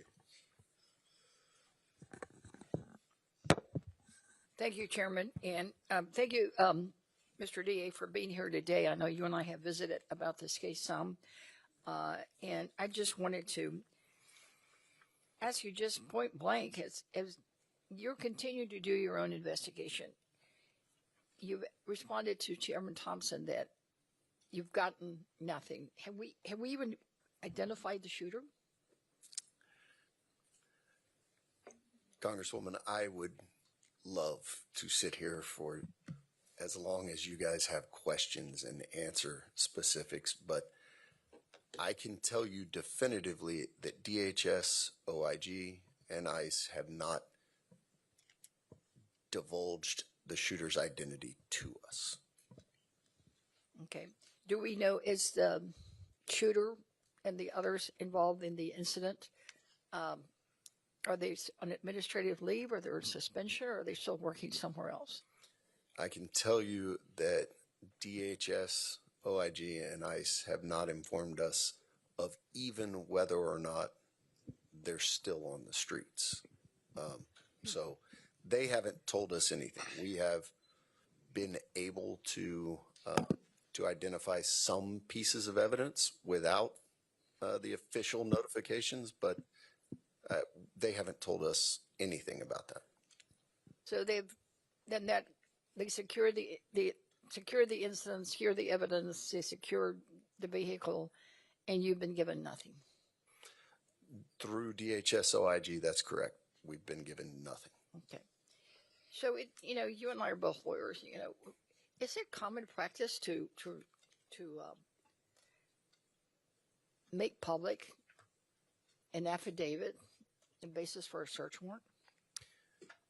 In the federal system, because I've been a state prosecutor most of my career, but we do have to work hand in hand with federal prosecutors and federal agencies all the time. This is the first time in my career that I've ever seen a search warrant in a criminal case on a federal side unsealed, at least prior to a grand jury presentation of the facts. To unseal it the day it's signed, I've never seen it in my life, 20 years. Well, that's been my experience. So could you even speculate as to why it was unsealed? And why, more importantly, if there was going to be a search done, why did they wait till 8 days later? The timing of the search was not as kind of different for me, having seen a lot of them, because we knew that the van was secure. So there wasn't a time need. The need for a search warrant at all was interesting. There was no one alive that would have had standing to object to a search. The stated goals of the search warrant had nothing to do with this shooting investigation at all. The van was not being alleged to have been stopped based on possession of narcotics. There was no indication that anyone in law enforcement was aware that narcotics potentially were in the car. And what the search warrant didn't contain, it didn't contain language that would have allowed the FBI or anyone to obtain the crash data recorder or the airbag control module, which would have been telling in whether or not the van was weaponized, as it was said. So, the entire thing really was not something that I would have advised my prosecutors or my law enforcement partners to have done. Well, it's unusual, especially since they described it that it was in plain view, which of course we know is a term of art. But I just want to be clear. You said alleged drugs, and I want to make sure the public is crystal clear, right, that it's alleged. And And Congresswoman, I feel very confident that in short order we're going to get the laboratory results back. And I think it'll be confirmed what the family has said numerous times, because everything that we've discovered about the 4 men in that vehicle, it would be extraordinarily out of character for those to be illicit narcotics of any kind. Right, and the family has conflicted that and said that it's something that they use to hydrate. Yeah, when you're working outside in July in Texas, that's needed. Correct. Well, thank you again for all your work that you're doing. And Mr. Chairman, I have a question for Mr. Martinez, if you will indulge me. Just one quick question. Council member, you've been a lifelong resident of the East End. Following this tragic loss, how has it changed the neighborhood? Can you share just maybe one or two little anecdotes in the interest of time, just one or two? Yes. To just so that Congress members here can feel what it does to the heart of a community. Yes, Congresswoman, thank you for the question. Ultimately, it creates fear and distrust. Distrust in creating safe spaces where folks have lived there for generations. It's not making it easy for local law enforcement to provide the safety that we're tasked to do for our residents and citizens of Houston. Thank you. I yield to my colleague from Houston, Congressman Green, and also a member of the Homeland Security Committee. Thank you very much, and I thank the ranking member Thompson for being here today, and Congressman Espaillat. I am privileged to present a document that has been presented to me from the Honorable Johnny Mata, the President and CEO of the Greater Houston Coalition of Justice. It concerns questions that he has that we will insert into the record at an appropriate time. I am deeply saddened by what has happened, and I know why it happened. Mr. Lorenzo Salgado Araujo was a good man, a good family man, a good family Latino man in a white van. He was profiled, and as he was profiled, he was being hunted. Father, you're eminently correct. He was being hunted. He was the prey of the day. He was a part of a quota that had to be met. And as a part of the quota that had to be met, he finds himself in a position such that he is being chased through a Latino neighborhood. Unfortunately, this ended with an extrajudicial execution. He was not given a fair trial. There was no due process. It was an extrajudicial execution. It is a part of a bigger picture that we have failed to embrace properly. The President of the United States of America is engaged in ethnic cleansing. Latinos, wherever you are in the country now, you are considered not just undocumented, but unlawful. You are suspect. But it doesn't end with Latinos as illegals, as they're being called, and I hate that term. I regret it. I don't like using the word hate, but they're not illegals. But it doesn't end with them. It also applies to the Haitians. Haitians have been deported back to a country where gangs are in control. This is a part of the ethnic cleansing taking place in this country. And unfortunately, there is a cover-up. There's a cover-up. There is no reason for us to have waited as long as we have not to know what happened to Pretty or what happened to Good. Those cases should have been presented such that the public will have some sense of what happened. We saw it. We have the empirical evidence. I stand with this family. I stand against the cover-up. I stand against the ethnic cleansing. And I assure you that as a member of Congress who believes that the Constitution ought to be followed, I will bring impeachment. The time has come for the record to be made. We cannot allow this kind of behavior to go unchecked. And I want you to know, Mr. Johnny Mata, that what you have done to help with this cause is not going to go unnoticed. I see Ms. Morales here, Christina Morales, the representative. It will not go unnoticed. I saw Jean Wu, representative. It will not go unnoticed. And of course, the former Congresswoman is here, the daughter of Sheila Jackson Lee. It will not go unnoticed. And I close with these words. We have reached a point in our history where we either fight or we will find ourselves retreating to a time when we couldn't fight. We have free speech. We've got to use it. I'm going to use my free speech. My question, Mr. District Attorney, is this. Body cameras are great.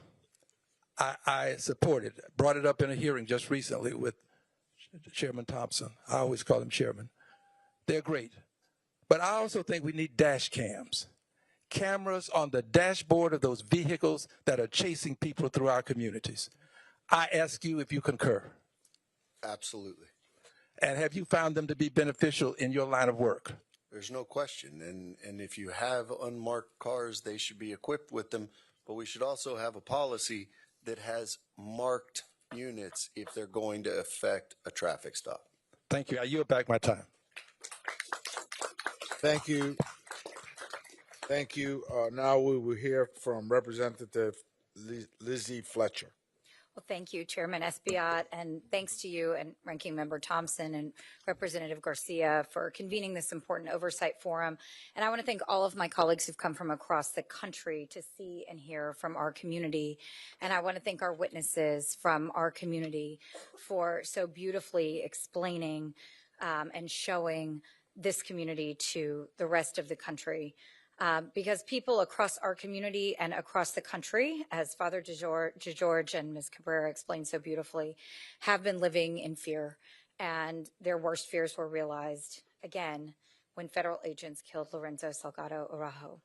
So I want to thank all of you for testifying and for your leadership in our community, especially at this devastating time. Ronaldo and Lorenzo, my thoughts have been and will continue to be with you and your mother and your entire family, not just today, but in all the days ahead. You make us proud, and you make us all proud for your advocacy and for your commitment to justice for all. And I hope today's hearing will demonstrate to you and to everyone here our commitment of not only our Houston Congressional Democratic delegation, but the Congressional Hispanic Caucus and the entire House Democratic Caucus. It is a failure of this Congress and many before that we have not been able to pass laws to address our broken immigration system. The people here have been trying and will continue to do so. But it is a new and utter failure of this Republican-controlled Congress that has not only failed to address, it has refused to address the abuses that this White House is directing in terms of immigration enforcement operations, and that it has done nothing when innocent people in this country have been killed at the hands of federal immigration agents this year and during this term. It is a betrayal of families and communities across the country that we represent. It is a betrayal of the Constitution that we have all sworn an oath to protect and defend. And it is a betrayal of our values as Americans. And yet what we hear from those who are directing these policies is that these actions are being taken to make us safe. And so, District Attorney Tier, I want to start my questions with you. Can you tell us from your experience of 20 years in law enforcement, whether the policies that we have seen implemented at ICE and in terms of immigration enforcement throughout DHS in the last 18 months have made our communities safer? Objectively, no. They've had the complete opposite effect. And can you tell us why that is? Can you give us some examples of what is making us less safe because of the policies that this administration is implementing? We have people who are here unauthorized who are victims of domestic violence, aggravated robbery, aggravated sexual assault, who are too scared to even call the police, let alone participate in prosecutions of people who are here with documentation or who are citizens. These policies have effectively created a group of our community that are targets. And that's what we're seeing. And we can't hold the people that prey on them accountable. And that group of people knows it. Thank you. In addition, Mr. Green asked about dash cams, and I also want to ask about the increased presence of unmarked vehicles and plainclothes officers for immigration enforcement activities. That's something I know many of us up here have objected to repeatedly. But can you talk about what that does in our communities as well? Yeah, it continues the feeling of fear, the floating fear that Father talked about. But it's just not good law enforcement policy. Undercover work is crucial to good law enforcement policy, but undercover officers don't then affect the traffic stops for reasons that we have seen time and again around the fear of the person trying to be stopped. So it is not best practices. Thank you. And with the time I have left, Councilmember Martinez, I just want to direct this question to you. Can you share with us how you see in the community this affects interactions with law enforcement agencies that come under your jurisdiction, like the Houston Police Department and others, and in the community because of the actions of these federal officers? Yes, Congresswoman. So it's important to continue to highlight that calls for services are down. My team, we've done some research. We've gotten data from HPD within our zip codes, and they have gone down. And then even heavier in the southwest part of Houston, where we have an even more diverse immigrant population, calls of services have gone down even more so. What we're finding as well is that when residents, and I've shared my personal number with several community folks, when something is happening, an operation is happening, and folks can't identify who is heading that operation, we're having to call and figure out what agency is this, and in order to try and tamper down those fears. Thank you, Councilmember. I've gone over my time. I appreciate it. Thank you all for your testimony and for your work, and thank you again for convening this hearing, and I yield back.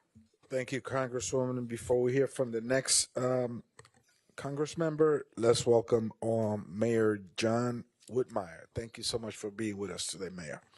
And our next representative from San Antonio region, Congressman Joaquin Castro. Thank you, Chairman. And I want to also express my condolences to the Salgado family, to all three brothers, and to your mom and to your extended family, and say thank you to Congresswoman Garcia and to the Houston delegation and the entire city of Houston that has shown incredible courage and stood up to this injustice, to the members of the legislature and the city council, and to the mayor who have pushed and advocated in their own ways. Thank you so much. The more evidence that comes out, the clearer it becomes that Lorenzo Salgado Araujo was murdered in cold blood by agents of the United States government. ICE has not produced a shred of evidence to support its claim that Lorenzo was a danger to them. No body camera footage, no dash cam footage, no ring camera footage from homes or businesses nearby. When law enforcement has the evidence and facts on their side, they put them out immediately. ICE has not done any of that. Instead, ICE has chosen to smear a good man, a hardworking man, a family man. They have treated him with the same indignity in death as they did in life. They said that he was not their target. That's because everyone is their target. Everyone who is brown, who is speaking Spanish in public, Latino men who are driving in construction trucks, going to and from work, putting in a hard day's work. Donald Trump's campaign of mass deportation is an assault on the Hispanic community in the United States of America. And let us also remember that Texas Governor Greg Abbott is a full partner in that brutality.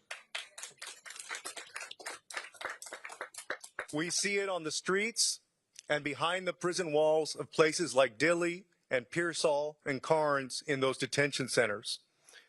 Governor Abbott has forced state and local law enforcement to assist ICE despite its reckless brutality. No identification, no warrants, full masks, and guns drawn. He is also the first governor to allow the Texas National Guard to be deployed into ICE detention centers like Dilley, where children as young as 2 months old are imprisoned in a trailer prison. This system and the people within it who have broken the law must be held accountable and brought to justice. Thank you to everyone who is committed to that. I want to ask a question of the district attorney.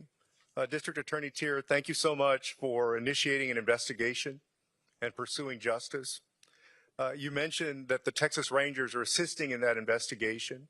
I first want to ask, just because there have been conflicting reports over the last 17 days, to the best of your knowledge, are the Texas Rangers conducting their own independent investigation?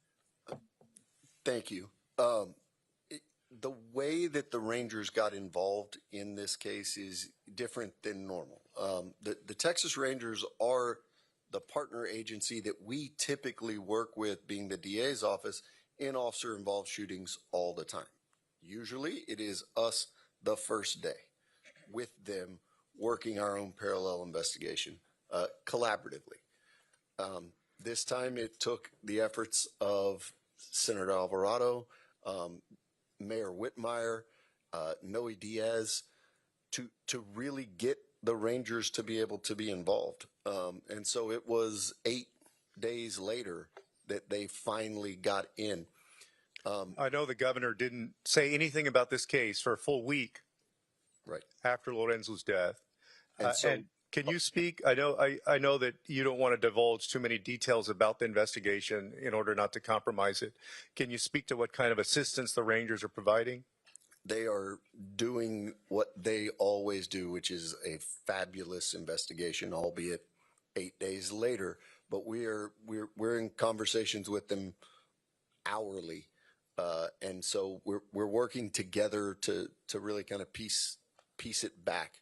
But they're a real asset to us. Thank you, District Attorney. I appreciate it. Now yield back. Thank you, Congressman Castro. Now we're going to hear from Congressmember Christian Menefee.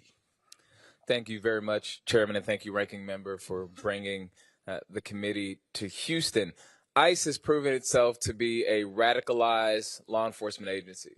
They've terrorized our communities. They've executed people in the streets. And in my opinion, this is an agency that needs to be torn down to the studs and rebuilt into one that enforces immigration law while recognizing the dignity of the people that it encounters. But we all know that that will not happen under this administration, and it won't happen under this Congress that's currently controlled by Republicans. So today I want to focus on something more simple: how badly ICE is failing to meet basic 2026 expectations of any law enforcement agency that carries a gun, that can use lethal force, that works the street, and that regularly confronts the public. So DA Tier, throughout your career, you've worked on thousands of cases involving local police forces, correct? Yes. So I served briefly on Houston's Independent Police Oversight Board, where we had civilian oversight over the police force. And anytime we had a case, the very first thing we did was review the body-worn camera footage. In fact, we reviewed that before we even read any of the witness statements that involved other officers. So DA Tier, it's standard practice in 2026 for law enforcement officers on the street to wear body cameras, correct? Congressman, you and I have been in this very room talking about things like this. We have 86 law enforcement agencies that operate in Harris County alone. The only one that doesn't have body cameras is ICE. It's been publicly reported that the officers involved in this shooting did not have body cameras on. And what makes this particularly troubling is that DHS had the money. They got an influx of $75 billion from legislation passed last year, and they got $20 million specifically for body-worn cameras. They could have spent that on body cams for the officers that killed Mr. Lorenzo Salgado Araujo, but they failed to do so. And in fact, we've seen that they have money to recruit folks, they have money for new vehicles, they have money to increase enforcement operations, but not for body-worn cameras. DA Tier, it's basic police practice in 2026 not to shoot into a vehicle unless the officer has no other way to protect themselves, correct? That is absolutely correct, yes. It's been reported that more than a dozen attorneys and former law enforcement officials reviewed the footage of the chase. They said officers are trained to step out of the path of a vehicle rather than shoot at it because a wounded driver is often more dangerous than one who is simply fleeing. But based on the reporting that I've seen, the officer in this case shot Mr. Salgado Araujo while he was still in the vehicle, and Mr. Salgado Araujo had not brandished a gun or any other weapon. When you take someone's life in this country, when government takes someone's life, it should only be because there was no other way for that officer to protect himself. But none of the evidence that we've seen supports that here. DA Tier, it is standard practice in 2026 that when an officer takes a human life, the department gets its facts straight and conducts at least some preliminary investigation before assigning blame in the media, correct? At every level of law enforcement, that's correct. But in this case, an ICE spokesperson told the press the very day of the shooting that Mr. Salgado Araujo rammed an ICE law enforcement vehicle and weaponized his vehicle in an attempt to run over an ICE law enforcement officer, resulting in the officer firing first in self-defense. That statement went out before any real investigation took place, and witnesses and evidence have since disputed it. So here what we see in closing is ICE does not follow basic police practice for 2026. No cameras when it had money for cameras. Shots fired into a vehicle when there's no evidence that we've seen that the officer was forced to do so to save his own life. A public statement blaming the victim before any real investigation took place. There needs to be an investigation of ICE, and it needs to be done by Congress, and it needs to be bipartisan. I have yet to see members of Congress for the Republican Party from the state of Texas speak out on this murder that took place. All we've seen is obfuscation from ICE, from the Department of Homeland Security, and from the Trump administration as well.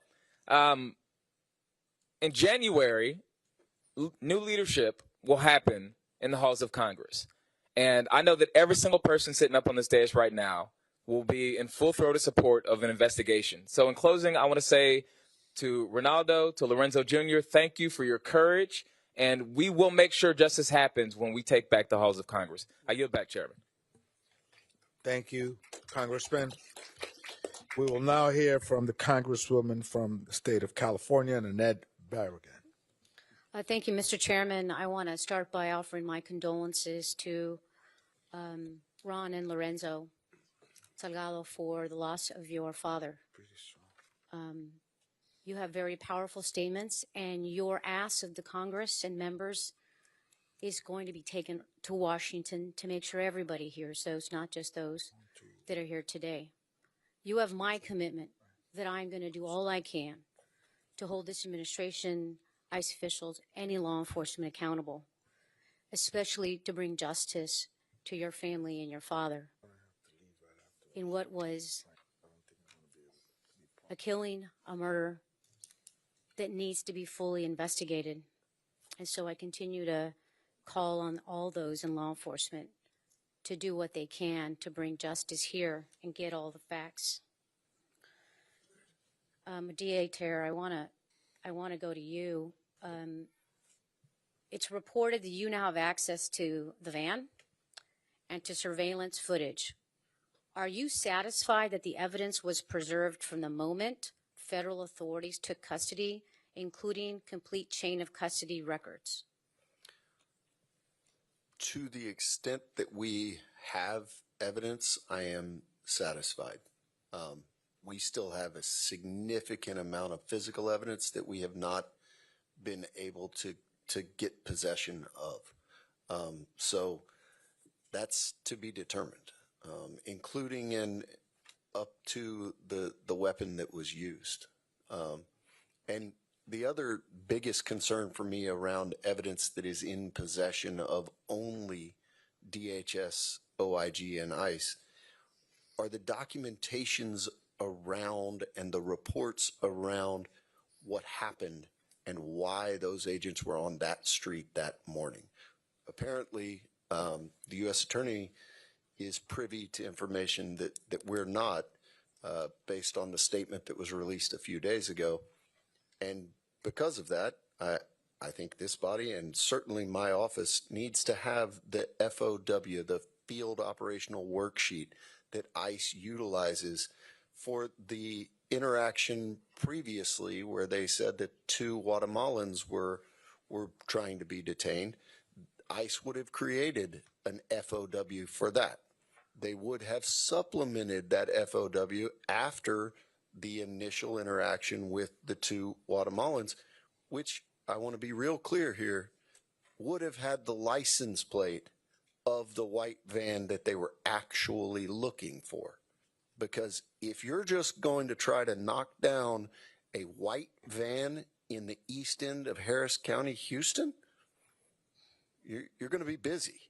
So they had the license plate number, which completely cuts against the stated reason for the stop. So we need the FOW, we need the original, we need the updated one, then we need the I-213, which is their offense report when they make an arrest and detention, which occurred this day. So we need to see every iteration of that as well. And these are standard things that we get from every law enforcement agency that we're investigating. Thank you, DA. I want to just encourage you and implore you to continue to fight to get every piece of information. This is an out-of-control agency. This is an out-of-control administration. And this agency has no credibility. How do we know that? I'm reminded of the case in Chicago with Miramar Martinez, where ICE agents shot her 5 times. 5 times, and she survived. And what did they say then? Very similar things. Oh, it was the person in the car who rammed us. But all of a sudden, there was video footage, audio footage, text messages that showed it was actually the agents. As a matter of fact, the officers were bragging. One said, I fired 5 rounds and she had 7 holes. Put that in your book, boys. These are the agents. The response was, you're a legend. Another officer responded and say, beer's on me when I see you at training. And even their leadership, when asked if they supported this, said, big time. This is the agency we're talking about. This is not the agency that has the hiring standards that the Texas Rangers has or local law enforcement has. And this is where we owe an apology to the Salgado family, that this government has failed you, that this agency has failed you, that this administration is out of control, and there we're going to continue to fight for justice, and we have to fight to take away the funding for ICE to start. And with that, I yield back. Thank you, Congresswoman. We will now hear from Congresswoman from the state of Oregon, Congresswoman Andrea Salinas. Good morning, and thank you, Chair Thompson and Chair Espaillat, for convening this, and thank you to all the witnesses, but in particular, thank you to the Salgado family. Thank you for being here. Thank you for sharing your story. You have been incredibly brave. My dad grew up in Texas. He was an immigrant, and I saw him in your story. And this has been a really, all of this entire out of control ICE, CBP, administration, agencies has been a very difficult time. But I am here 2,200 miles away from my hometown to let you know that I care and I'm going to fight like hell until we get justice. This is not okay. Mr. Proaño, I want to start with you. You mentioned in your statement a mortality rate that is increasing. It's at its highest rates in detention centers. It's at an all-time high is what you said. That means people held in ICE detention are dying. And the district attorney, Tier, you mentioned that 4 witnesses from the work crew are all in ICE detention. So I don't know who wants to answer this. I have 2 questions. Do those witnesses have access to attorneys of their own in the event of abuse or an untimely death of those witnesses in ICE detention? And number 2, I think that is to you, Mr. Proaño. And number 2, my second question, can you explain why this is so problematic to the well-being of the witnesses and to the success to achieve justice? Representative Salinas, in most cases they do not. When they're put into detention, sometimes they're moved from location to location, making it difficult for the families to actually even get into contact with them. In some cases, especially in Texas, they're very quick to move them from Texas to Louisiana, for example, putting them further and further away from legal counsel representation and even their own family members who would be there to support them too. And very sadly, the cost to actually have legal representation, given that the entire system is overwhelmed, immigration legal service organizations are literally stretched to full capacity, and the legal community that's there that can provide service, sometimes it is getting exceptionally expensive. It used to be $2,500 to $5,000. Now they're asking for $15,000, $18,000, $25,000 or more for representation in cases where they don't even have all the facts. So very sadly, our biggest challenge is getting lawyers for these detainees when they need them most. And now, DA Tier, why is this so important to the case? These are the 3 unbiased eyewitnesses that we have, period. When you think about the conditions that anyone that's incarcerated is under, but people that are incarcerated in that detention center specifically, they're on a different sleep schedule. They don't get the same level of sleep. They're displaced from their families. They are not able to memorialize what they saw and what they experienced in the same way that they would be in a sterile interview room. They are under a different set of stressors because they don't know if they're going to wake up tomorrow in this country. So all of these things go into the veracity of the statements that they're able to give to us, the ability to speak freely, which is one of the biggest concerns that we have. These aren't lawyer rooms that you think of even in the Harris County Jail that don't have recording devices. We have no idea who's listening when they're giving these statements. So the fact that they're still in there is extremely concerning in our ability to really interview them and get what we need. Mm-hmm. Thank you again. I'll be respectful of time and yield back. Thank you, Congresswoman. We will now hear from the Congress member from the state of New Jersey, Rob Menendez. Thank you, Chairman, and thank you to all of our witnesses for being here today, especially Mr. Salgado Araujo's family. I can't begin to imagine how incredibly painful today's discussion must be for you. And I want you to know how grateful we are that despite that pain, you are still choosing to share the truth with the American people, a truth that we will carry with us forward back to DC and back to all of our districts. We're here today because a family lost a husband, a father, and it was entirely preventable. And we're here today to address the actions the Trump administration has taken that have made tragedies like this more common in our country. By design, our immigration enforcement has become so aggressive, so inhumane, and so insulated from accountability that families across the country, from Newark to Minnesota to Houston to Maine, are losing their loved ones in senseless acts of violence. A year ago, outside Delaney Hall in Newark, I said that no one is safe in Trump's America. Not fathers, not mothers, no one. Today is a painful reminder of that. And from day one of this administration, they have repeatedly lied to the American people about their actions. Mr. Proaño, when someone is killed by federal law enforcement personnel including ICE agents, should the American people be able to trust the government's account of that incident? Just yes or no. Yes. And why is that so important? It's so important because it's the transparency piece of it. We don't really know who these folks are. They're masked agents, for example, with no identification, no credentialing at all whatsoever, riding around in vehicles that are unmarked at the end of the day. But that's not what happened here in terms of being able to trust the government's account. Before any evidence was made public, before Lorenzo, Ronaldo, and their family had even been notified, let alone received answers, the Trump administration was already rushing to justify the killing with contradictory narratives that vilified the victim, their father. DHS initially claimed that Mr. Salgado Araujo was the subject of a targeted immigration enforcement operation before later acknowledging that he was not the intended target after all. District Attorney Tier, just yes or no, does the fact that DHS immediately provided a rushed and inaccurate account of what happened call into question the administration's credibility? Yes. I agree. And time again, we've seen the Trump administration bend the truth to justify fatal incidences and other acts of violence. After agents killed Renee Good in Minnesota, DHS claims she, quote, weaponized her vehicle as an act of domestic terrorism, despite clear video evidence that showed otherwise. District Attorney Tier, from your perspective, are these instances of misinformation isolated?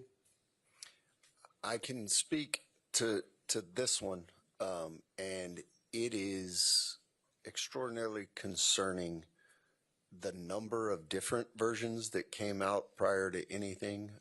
And as someone that is an American, I've seen the same thing happen in Maine. I've seen the same thing happen in Illinois, and I've seen the same thing happen in Minnesota, among others. So I would say from just a layman's perspective, no, they're not isolated. Thank you. When there's a broader pattern of the federal government using misinformation to avoid accountability and shield federal agents from scrutiny, it's not just the truth that suffers.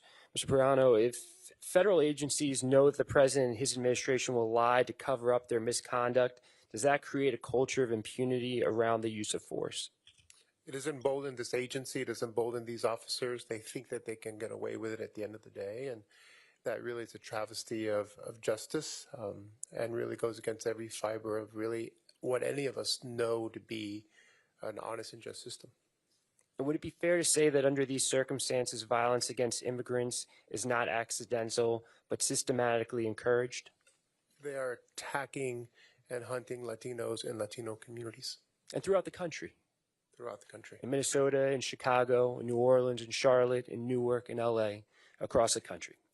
That's why we need everyone across the country to speak up against what's happening, to lift their voices, to carry the names of those that have been taken from us with them. For the past year and a half, we've seen the Trump administration embrace a violent enforcement-first approach to immigration, one that maximizes arrests, deportations, and operations in community spaces, all while minimizing accountabilities. And families in my district in New Jersey, here in Houston, across the country have suffered immensely as a result. We owe it to Mr. Salgado Araujo and his family, as well as every family that has been or will be impacted by immigration enforcement actions, to hold the Trump administration accountable and to fight for a more humane immigration system. This does not end today. It will not end today. And it will not end until there's accountability, justice, and until we end this national nightmare. I yield back. Thank you. Thank you, thank you, Congressman Menendez. And to finalize the question period of this hearing, we will hear from Representative James Walkinshaw. Thank you, Chairman Espaillat, Ranking Member Thompson, and especially Congresswoman Garcia. Your leadership in this moment has been amazing. How many more of our dads have to die? Lorenzo and Ronaldo asked us that question. How many more of our mothers have to die?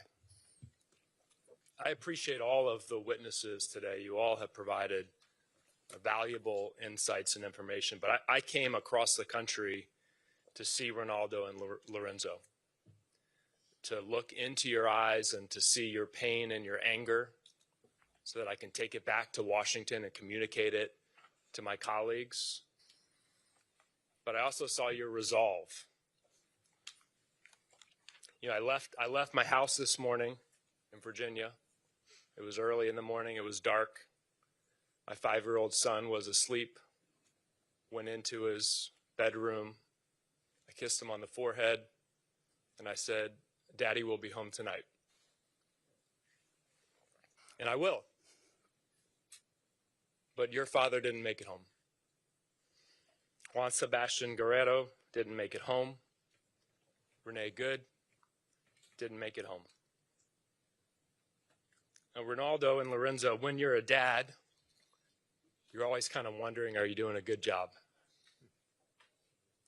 Your dad probably asked himself that. But as I listen to you and see you, it's very clear he did a hell of a job. And I know that he is very, very proud of you. Recently, members of the Homeland Security Committee had a closed-door briefing from ICE on their use of force policies. Republicans not willing to have an open hearing with ICE under oath to discuss those policies. But one of the things we learned, astoundingly, to me at least, was that from January of 2025 to today, 18 months, only one single solitary ICE officer has been disciplined for violating their use of force policies. One officer. 22,000 ICE officers now, thousands of violent encounters, 6 deaths, one officer has been disciplined. That tells me this is an agency where accountability has broken down and an agency that is broken. And I want to ask,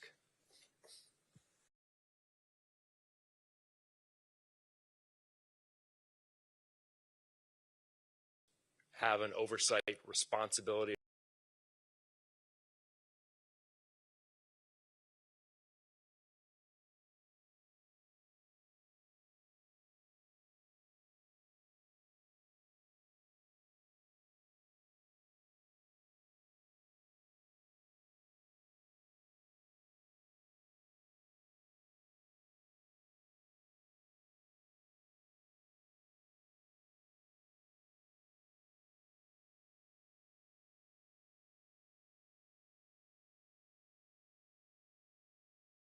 of the Houston Police Department.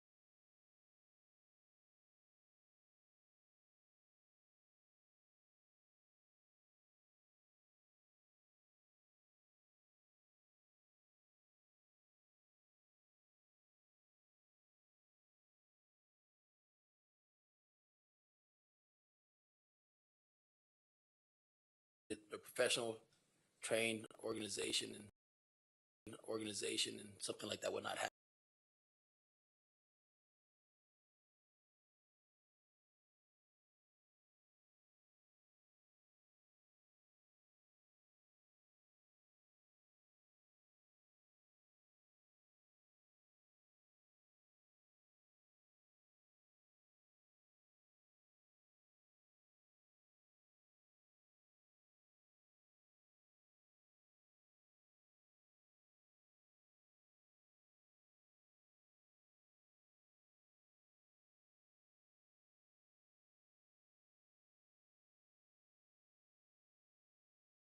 And with that, we will hear closing remarks from Congresswoman Sylvia Garcia.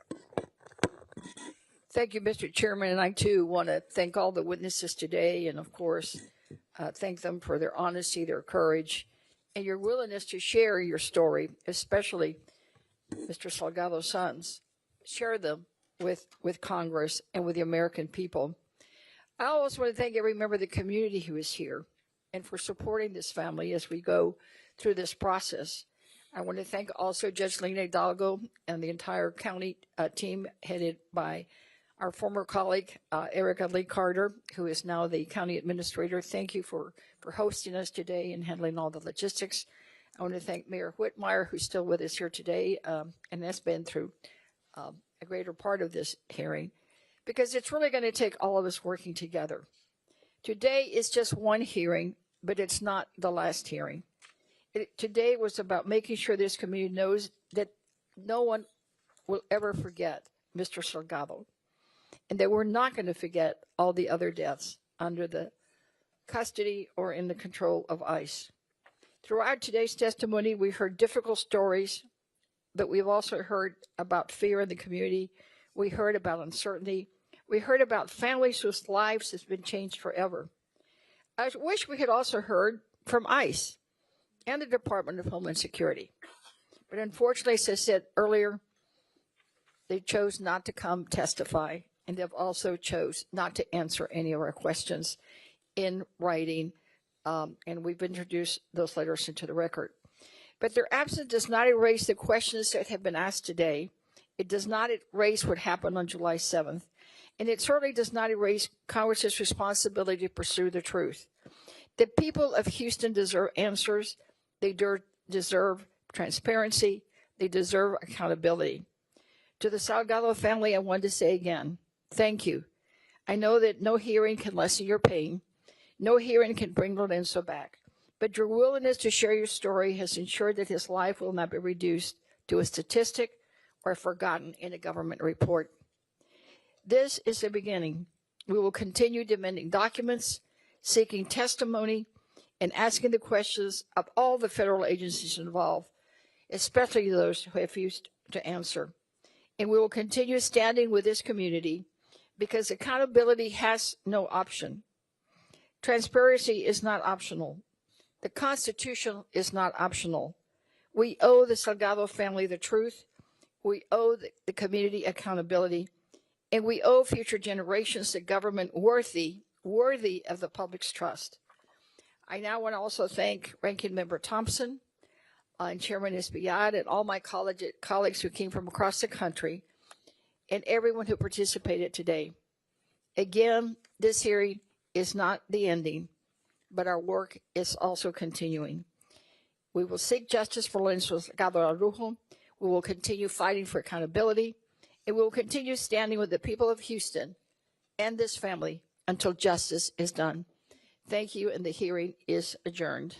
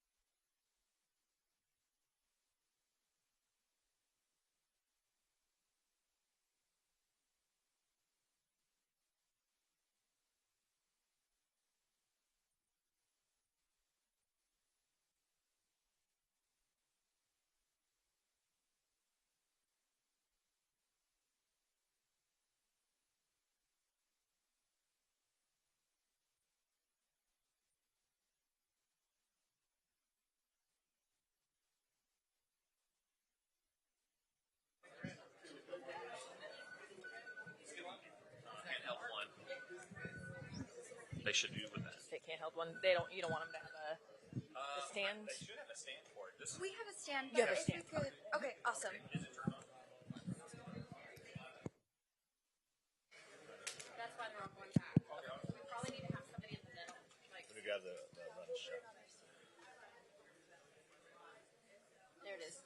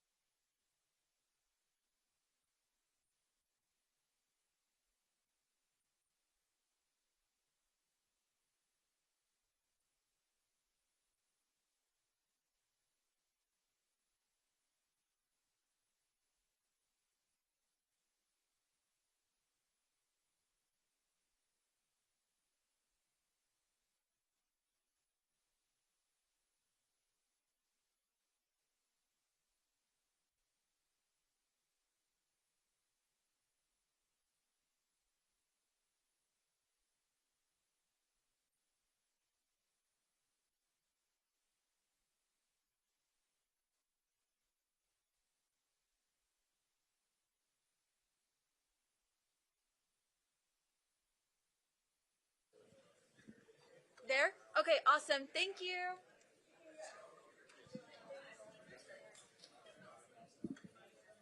Like that, something like that. Okay.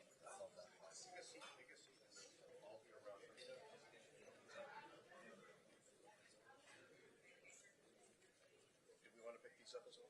No.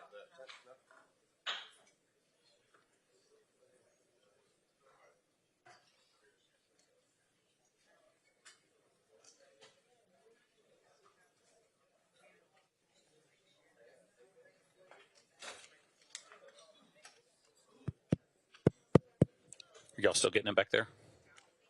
Audio back there?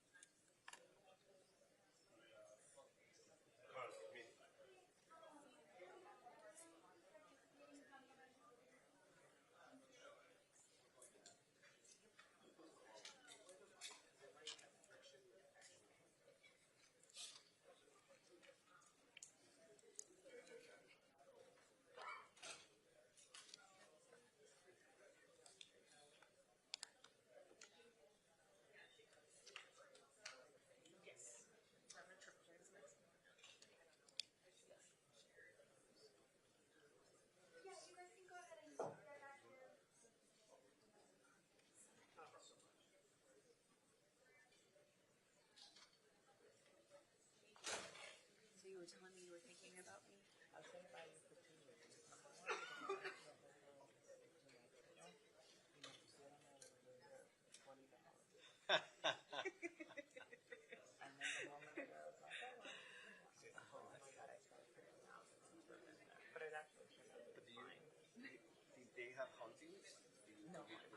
No haunted hotels.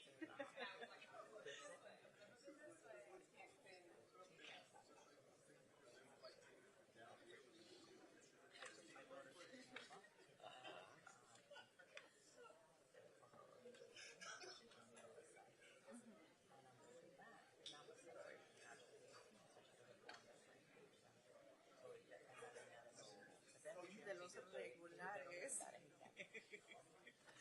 Like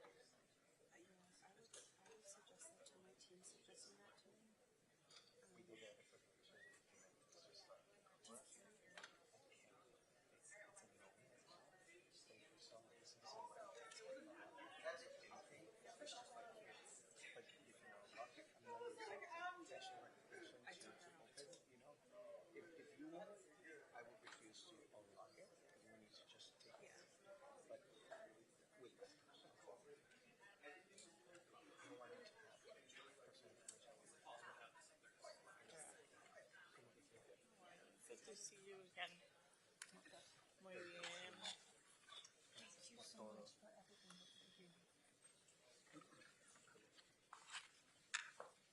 Thank y'all for being here this morning. I'm Sylvia Garcia, here from Houston, where the tragic killing of Mr. Salgado occurred. We've had a great hearing. I think most of you gathered from all of their colleagues from across the country that this incident is not just a heartbreaker for Houston, but actually it is a heartbreaker for our entire country. I want to thank again Ranking Member Thompson and the head of the Congressional Hispanic Caucus for having the shadow hearing here today. And of course, to thank the Salgado boys for being here to speak with courage and commitment and passion about their father. And now all of us are gathered here today to assure the public, to assure Houston that we will find justice for Mr. Salgado. In the interest of time, we're going to limit our members to 1 minute and then take questions because I want to make sure that everybody is heard. We will begin with our Houston members with our most senior member, Representative Al Green. Thank you very much, Congresswoman Garcia. I'll be brief. Yes, there must be justice, and there has to be justice in spite of the cover-up that's taking place, in spite of the ethnic cleansing that's taking place in our country. There must be justice, and that justice has to include the President of the United States of America, who is at the head of this crime that's taking place. And when that justice is served, a part of it will be impeachment. I will bring articles of impeachment against the President of the United States of America for the injustice that he is perpetrating upon people in this country. Next, Congresswoman Lizzie Fletcher, also from Houston. Thank you, Congresswoman Garcia, and thank you again to our colleagues from across the country who've come to Houston to witness what we have seen, which is an incredible community facing an unimaginable and unconscionable, unconstitutional tragedy here in Houston. And I think one of the things that we saw in the hearing that's important to make clear is that the draconian immigration policies that we have seen instituted in the last year and a half are not making our communities safer. They are putting our communities in danger. They are completely inconsistent with accepted law enforcement practices, and this has to come to an end. And so I'm so grateful for everyone who's here today. I'm grateful to you, Congressman Garcia, for your leadership, and we are all here to ensure that justice is done. Thank you. Thank you. Next, we have Representative Christian Menifee, also from Houston. Thank you, Congresswoman Garcia. ICE is the most well-funded law enforcement agency in this country. But what we found out at this hearing today, and what we've known for a couple of weeks, is that they are failing to do the basic requirements of law enforcement. The officers who killed Mr. Salgado Araujo did not have body-worn cameras. They shot into a moving vehicle despite there being no evidence that they absolutely had to do so to protect their lives. And we've seen across the country, they are masked instead of showing their identity to the people in our communities. Congress needs to fully investigate ICE. We've seen the president pinch pennies on SNAP benefits. He's pinched pennies on veterans benefits. If we're going to be spending all this money on ICE, we need to be in a position to hold them accountable. And when Democrats take the House back in January, I fully expect that the investigations will begin. Thank you.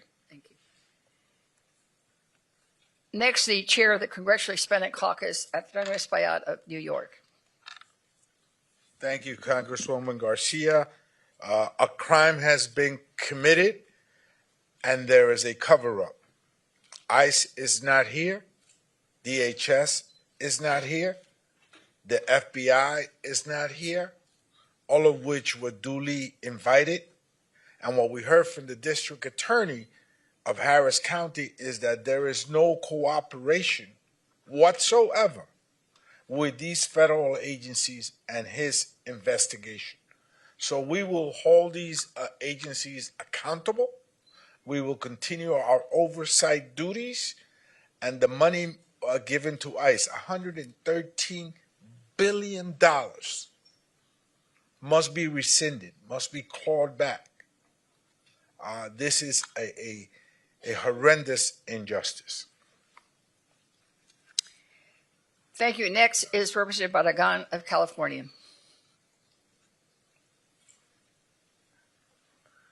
Thank you, Sylvia, for hosting. I used to serve as chair of the Border Sub on Homeland. So I have seen how ICE has gone over the last 10 years, just move to a time that we're in now. Totally out of control, totally rogue. It's an agency that doesn't have the same standards as your local police department hiring standards and use of force standards. Your local police has to show their name. They don't have masks on. They wear body cameras. What was most disturbing of what we heard today was what the DA said over and over again. They are not getting the full cooperation to get everything that they need to investigate this, because we need to make clear that nobody is above the law, not ICE officers, nobody. Everything needs to be investigated, and we need to bring justice to this family. And this is not the only family. There's families in Maine, the family of Renee Good, the family of Alex Preddy, and the list goes on and on. And so we need to continue to highlight these stories because this president, this administration, and this agency is not going after serious criminal offenders like they promised. They're going after our brothers, our sisters. We heard today a good man who was just going to work, who's been in Houston for decades. So we will continue to fight for justice. Thank you. Thank you. And next up is Representative Castro of San Antonio, Texas. Under Donald Trump, ICE has become an abusive and rogue organization that I believe should be disbanded. There has been brutality on the streets. We have seen American citizens killed, as well as good, hardworking people like Lorenzo. We've also seen a brutality inside the prison walls of places like Dilley and Carnes and Pearsall and detention centers across the country where others have died as well. We're living in a very ugly time because of Donald Trump's mass deportation campaign. The question is, what will we do about it? Will there be justice for Lorenzo and others? And will there be accountability for those who have violated and broken the law? The answer must be yes in our country. And I look forward to working with all of my colleagues to pursue it. I think in this room, it's probably a unanimous yes, Congressman. Next up is Andrea Salinas. Representative Salinas is from Oregon. Well, good afternoon, and thank you to my colleagues for bringing us here today. I am Andrea Salinas from the great state of Oregon's Willamette Valley, and I'm here today for the Salgado family. I'm here to say sorry that their government could not protect their father. Not only could they not protect him, they killed him. This is happening too often, and we learned today that only one ICE agent has been investigated, yet we know of 8 killings. This is not justice. That is why we're here today. In the short term, it means events just like this, to raise awareness, to let community members know that we have your back, that it is okay to go to Mass. It is okay to go to the grocery store. It is okay to go to school, to be a family, out in public, to go to the parks. We have your back. In the medium term, it means making sure that we pass legislation that actually helps to protect the civil rights of Latinos across the country and of our communities. And in the long term, it means these investigations that have to take place. They have to take place when Democrats are in control, when we hold this administration accountable, when we hold CBP accountable, when we hold ICE accountable. We have passed so many measures to pull back the funding from ICE. And let's be honest, our Republican colleagues keep funneling them more and more money. And as was said earlier, they are the largest law enforcement agency and the most funded law enforcement agency in this country. This has to stop. Yes, it must stop. And joining us in that effort is Congressman James Walkinshaw from Virginia. Thank you. I came from Virginia today to show my support for Congresswoman Garcia, for the people of Houston, and for the Salgado family. And the American people will never see exactly what happened to Lorenzo Salgado Araujo because there's no body camera footage. But every single American has the opportunity to see in the eyes of his sons the pain and devastation of this reckless, out of control mass deportation agenda. And that pain and devastation exists in the eyes of families in every corner of the nation, including my home in Virginia. And that's why we're here today saying enough is enough. It is past time to end this violence, and we're going to take that message back with us to Washington. Thank you. Next, we have Representative Menendez of New Jersey. Thank you, Sylvia, and thank you for organizing this forum. Thank you to all of the Texas delegation that were here today. Thank you to Chairman Espaillat and all of our colleagues. I'm Rob Menendez. I come from New Jersey's 8th Congressional District. I've been to field hearings in Minneapolis after the killings of Renee Good and Alex Preddy. I've been to field hearings in Newark to combat what's been happening there at Delaney Hall.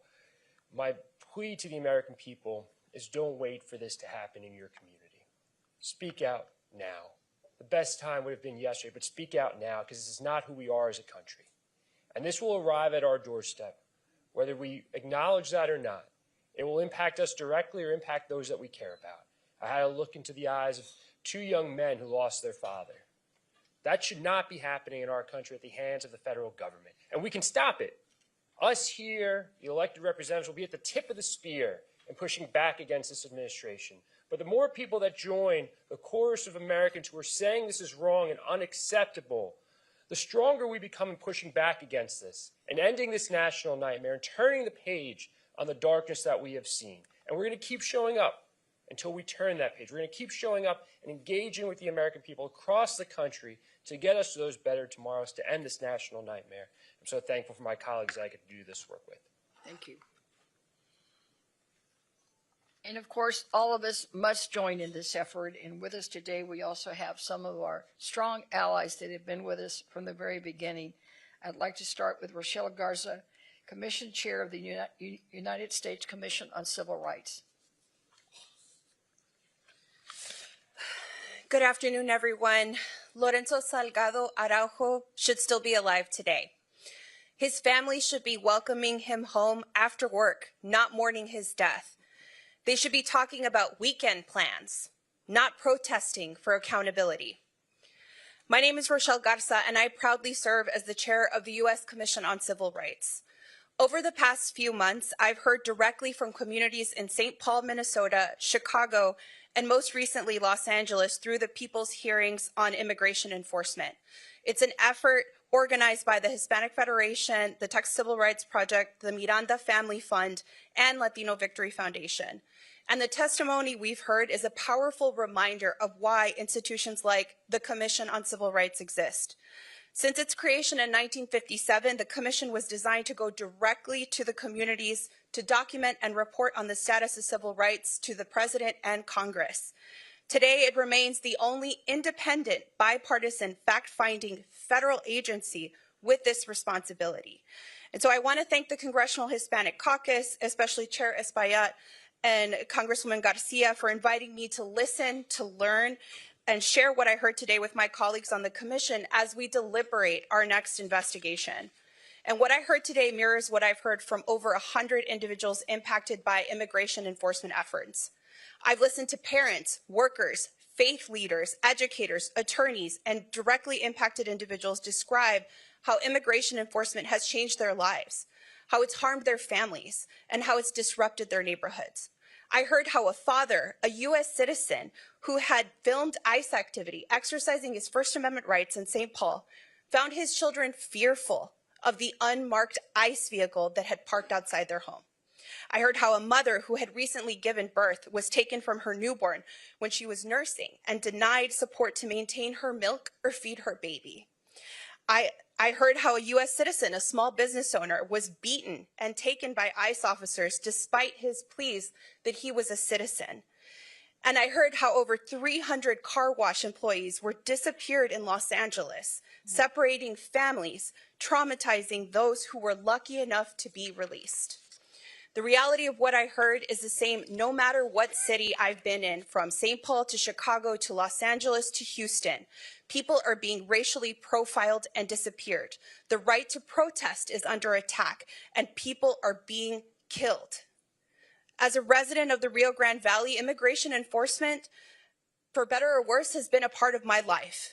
But what we've seen happen across this country threatens the civil rights of all Americans. As of May of 2026, 400,000 people have been taken by ICE. That's left 145,000 U.S. citizen children without one of their parents. And that includes 22,000 children without either of their parents. That's family separation. And as of July 2026, there are 65,000 people detained in ICE facilities. There have been over 50 deaths, 10 suicides, and at least one of those deaths has been ruled a homicide by a coroner. And all of this has been driven by unprecedented amounts of investment in ICE, the Supreme Court's sanction of racial profiling in Vasquez Perdomo, as well as surveillance, the expansion of the surveillance system. The people being impacted are our neighbors, our friends, our fellow community members, our families.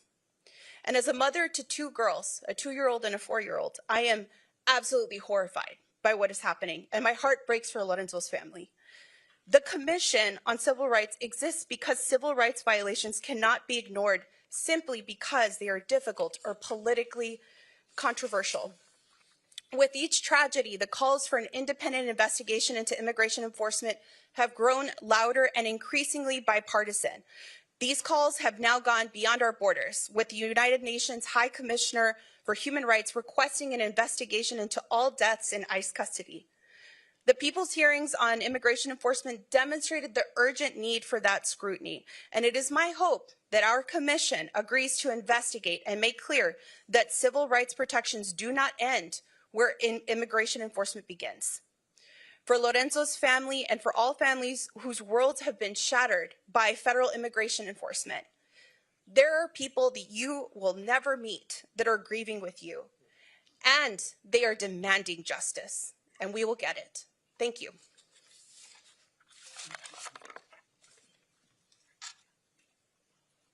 Thank you so much, and we all look forward to working with you to ensure that the commission does act and do that investigation because it is sorely, sorely needed.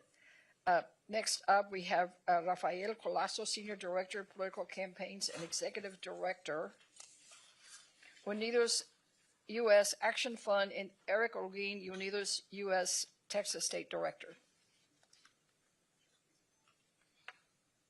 Thank you, Congresswoman. On behalf of Unidos U.S., I just want to reiterate our serious and deepest condolences to the Salgado family, as we've been all reflecting over these last few weeks. You know, Don Lorenzo was the kind of father, the kind of husband, and neighbor and friend that we all deserve in our lives. And we have to do everything we can, and Unidos U.S. will stand with the family and all of our allied partners here and members of the Congressional Hispanic Caucus to do all we can to bring justice for the enclosure for this wonderful family. It's clear that ICE is broken, and we need to do all we can to, first of all, bring justice and transparency into this investigation. It was incredulous to sit in this room today and hear the Houston District Attorney lay out very plainly that there's a pretty obvious cover-up happening in this investigation on the federal level. And so we need to not only bring justice to this and transparency to this investigation, but we have to support the members of the CHC, our allied partners in Congress, our allied partners around the country, to truly rein in this unjust organization in our federal immigration system, so that they go by the same training standards and best practices of law enforcement that every other law enforcement agency across the country abides by. Again, Unidos U.S. Is proud to stand with our allied partners, with this wonderful family, with the members of the Congressional Hispanic Caucus, to call for transparency, accountability, justice, and an immigration enforcement system that abides by the rule of law and truly reflects the values of our great nation. Thank you. Thank you. Thank you so much. And next we have Frankie Miranda, President and CEO of the Hispanic Federation. Thank you. Thank you so much. On behalf of the more than 850 organizations that we represent at the Hispanic Federation, direct service providers in communities who are under attack by this administration, trying to cut the services, essential services to our communities, I want to express my outrage. This is an agency, ICE is an agency that, under the excuse of ineptitude, not having enough resources, not being able to get cameras, not being able to follow the rules, are perfecting a machine of terror. We saw it in the people's hearings in Minneapolis, in Chicago, in Los Angeles, and in many other cities. I want to elevate what Congressman Menendez said. We cannot wait for this to happen in your neighborhood. And that is why national organizations are teaming up with local organizations to make sure that people have the information that they need, that people can be trained as constitutional observers, but at the same time that we can express our outrage. We are all outraged. And that is why we need to continue cooperating Thank you to these 11 members. I wish we have many, many more here, but you are American heroes. Thank you for everything that you're doing, and we're committing all our resources to continue preserving testimony of the many, many other abuses that have happened in this country, and unfortunately, we still don't know about them. Thank you so much. Thank you. We may be 11, but we're just as angry, outraged, and we're strong and loud. I want to remind you that one of the letters that I introduced for the record was signed by 180 members, all demanding an independent, transparent, top-to-bottom investigation, all demanding answers, and all demanding justice for Mr. Salgado. Next up, we have Catherine Pichardo, President and CEO of the Latino Victory Project. Buenas tardes, mi nombre es Catherine Pichardo, soy presidenta de Latina Victory y estamos aquí para exigir transparencia, exigir responsabilidad, exigir justicia. Estamos en un momento muy difícil en nuestro país para la comunidad latina y para todos los americanos. Un momento que no podemos desperdiciar, un momento que tenemos que crear comunidades más fuertes, comunidades más resilientes, trabajar unidos, porque tenemos un gobierno y agencias como ICE que están fuera de control. Y necesitamos un Congreso que pueda hacer un contrapeso a lo que está haciendo este presidente y estas agencias. Por eso quiero agradecer a los miembros que están aquí hoy y necesitamos más. Quiero exhortar a toda nuestra comunidad a que este año hay unas elecciones muy, muy importantes para el Congreso de los Estados Unidos. Salgamos a votar. Vamos a hacer nuestras voces sonar y resonar. Que se repique por todo el mundo. Que la comunidad latina no se deja. Muchísimas gracias.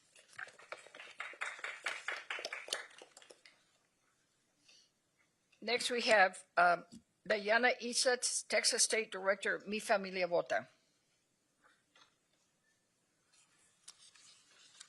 Good afternoon, everybody. I'm no politician, but I am here on behalf of the community, a community that has really shown up for the Salgado family, but a community that is also outraged by all of the attacks that our communities have seen under this administration.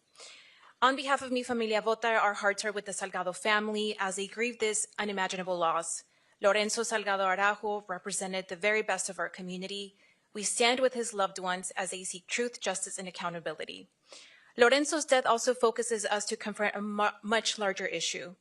Immigration detention is not intended to be punitive, and a person's immigration status should never determine whether their life is valued. Yet too many people are dying in ICE detention, at least 21 already this year, and too many others have lost their lives during immigration enforcement operations. As we have heard today, ICE and DHS's initial account of what happened to Lorenzo does not align with the reality described by those that were here today. We know now that the 3 eyewitnesses who were in the vehicle have stated that Lorenzo stopped the car, put it in park, and fire was still put upon. This is not an isolated incident. Too often, initial accounts from ICE and DHS are later contradicted by video evidence, witness testimony, or findings in court. Time and time again, we have seen cases where the facts ultimately tell a very different story than the one presented to the public. Lorenzo's family, the people of Houston, and the American people deserve a full and transparent investigation, as we have heard over and over again. We demand that the eyewitnesses currently in ICE custody be allowed to remain in the country so that they can testify about what they saw, and that ICE fully comply with any court orders preventing their removal. We also deserve to know how the initial public narrative was created and approved. Public trust depends on transparency, and the trust has been seriously damaged. Aggressive enforcement tactics that undermine constitutional rights and due process make every community less safe. Immigration enforcement must respect the Constitution, the rule of law, and the dignity of every human life. Today, Latino communities across this country are living with fear, as we have also heard over and over again.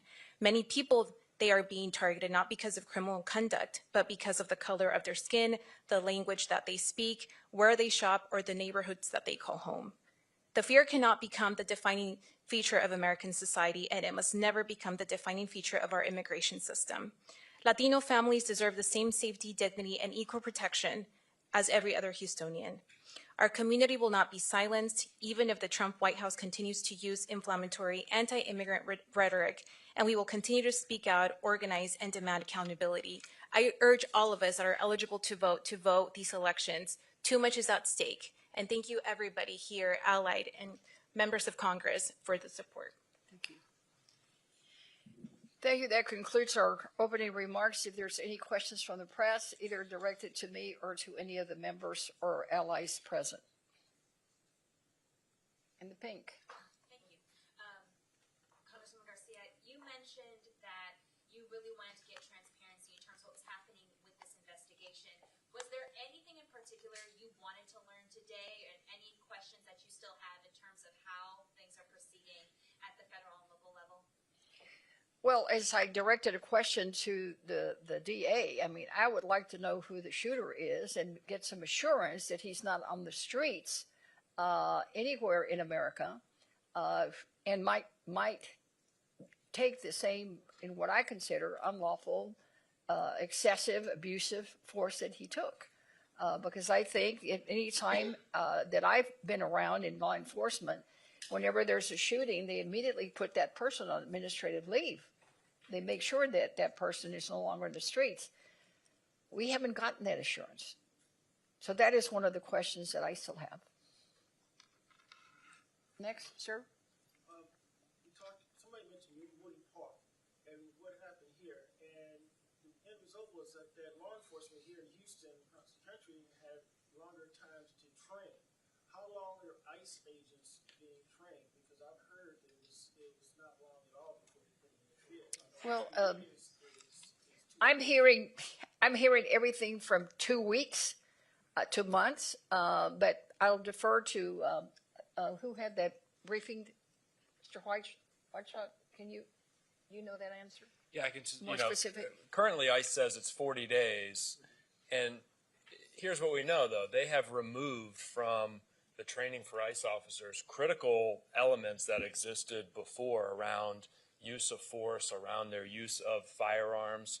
And what ICE will say is, well, we're teaching the same curriculum, but in a shorter period of time. And I mentioned my son earlier, he's starting kindergarten pretty soon. And if the principal of the school told me, we're going to teach him the exact same material, but do it in half the time, I wouldn't buy it. And I don't buy it with respect to ICE either. They're cutting corners. Way in the back. Yes, ma'am.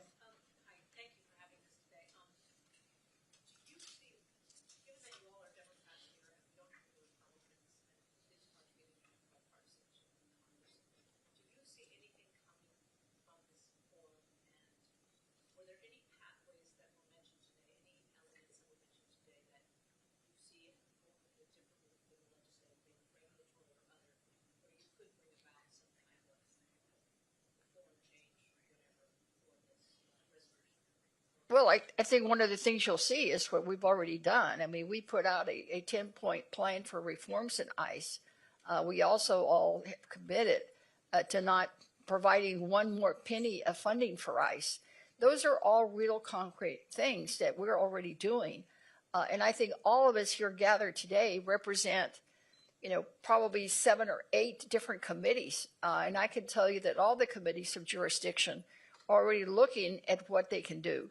So yes, this will result in more. And as I stated earlier, this is just one hearing. There will be more requests for documents. There will be more. We will keep the heat on. We're not going to just let this go away or try to have anybody pull it under the rug or cover it up. We will continue the fight. Any other member would like to add to that from any of the committees of jurisdiction? Well, we'll go on to the next one. Yes, sir.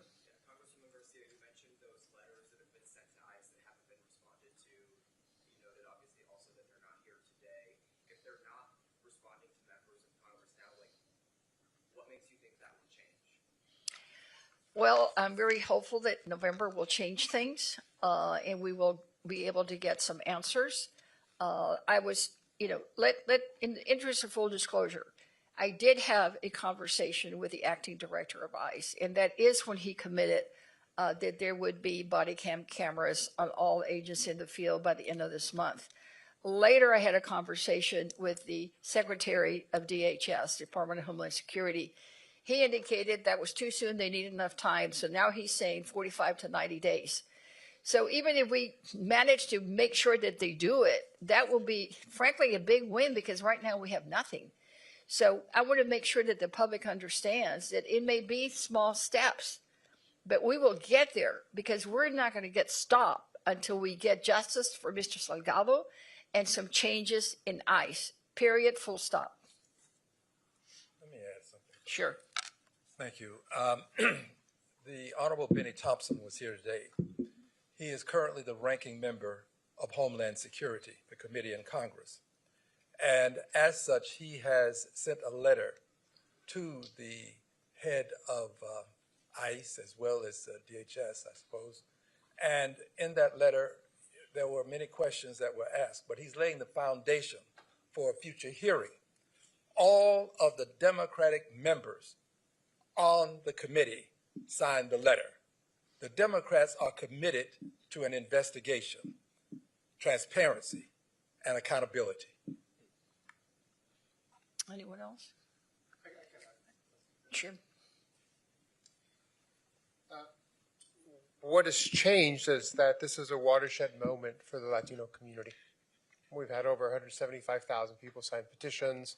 Financial support has come into the family as well. We have over 300 vigils that are actually planned for Saturday, all around the country itself. And so post-Preddy and post-Ray Nicole Good, folks kind of lost attention to what was happening, but the detentions, the deportations effectively continued. The Latino community is standing up for ourselves. That is what you're seeing here. We're standing up across the country. Over 20,000 people in Houston alone signed that petition, which I delivered to the mayor this morning. Over 57,000 people in Texas alone signed that petition, in 831 cities of 971 in this state. People are paying attention. Latinos are standing up. Our coalition is stronger than it has ever been, and with the support of Sylvia Garcia, Adriano, and the CHC, and all of these members here, you're going to start to see a significant shift coming because Latinos are tuned in, and we will hold them accountable in November. Let me just say that much needs to be done. In fact, the body camera program is not codified, is not contemplated in law, although money, $20 million, were appropriated for it. So that program was piloted by the previous administration, obviously stopped by this new administration, and now is done haphazardly across the country, but it's not law. It should be, all of the things that we are proposing should be contemplated and should be done through legislation. Dream and Promise Act, body cameras, farm workers bill. All of these immigration-related pieces that are also in a comprehensive bill should also be looked at individually and be codified. We cannot rely on departmental regulation for, let's say, body cameras. It should be mandated by law, and I think that's what we plan to do. Thank you. We've got members with flights, so I'll take just one more question with the red cap. What is the message to the large and growing chorus of people in this country and around the world who see ICE as a department that has been baked in hatred and terror and unconstitutionality? Individuals who would like to see the agency go away entirely, given its approach towards people on our streets. What is the message to those folks? I hear a lot about reform. Well, it starts with reforms. It starts with changes. But I think you probably heard there's been a number of words used during the testimony today, disbanding, retooling, rebuilding. The bottom line is it's got to change. What it's doing now is unacceptable. It's un-American. It's unconstitutional. It's humane, and it's unchristian. And we will work hard to make sure we get that done. Now, what will result, hopefully, will be a just, humane immigration system. People have to remember that violation of immigration law by in itself is not a crime. It's not a crime. It's administrative law. It's no different than someone who isn't paying their IRS. They're not committing a crime until they're convicted, but they're in violation of an IRS rule. So to me, it's about making sure that we make the changes necessary, and we are all committed to doing that. Very quickly, because we need to adjourn. Excuse me. If the Secretary of what is now War can change the Department of Defense to the Department of War, then I cannot see why we can't change ICE and reform ICE. It can become ICE today and nice tomorrow. Well, with that note, we will adjourn, but of course, some of our members may be available for any one-on-ones or any follow-up that you might have at their pleasure. Thank you. Thank you, guys. Thank you, Congressman.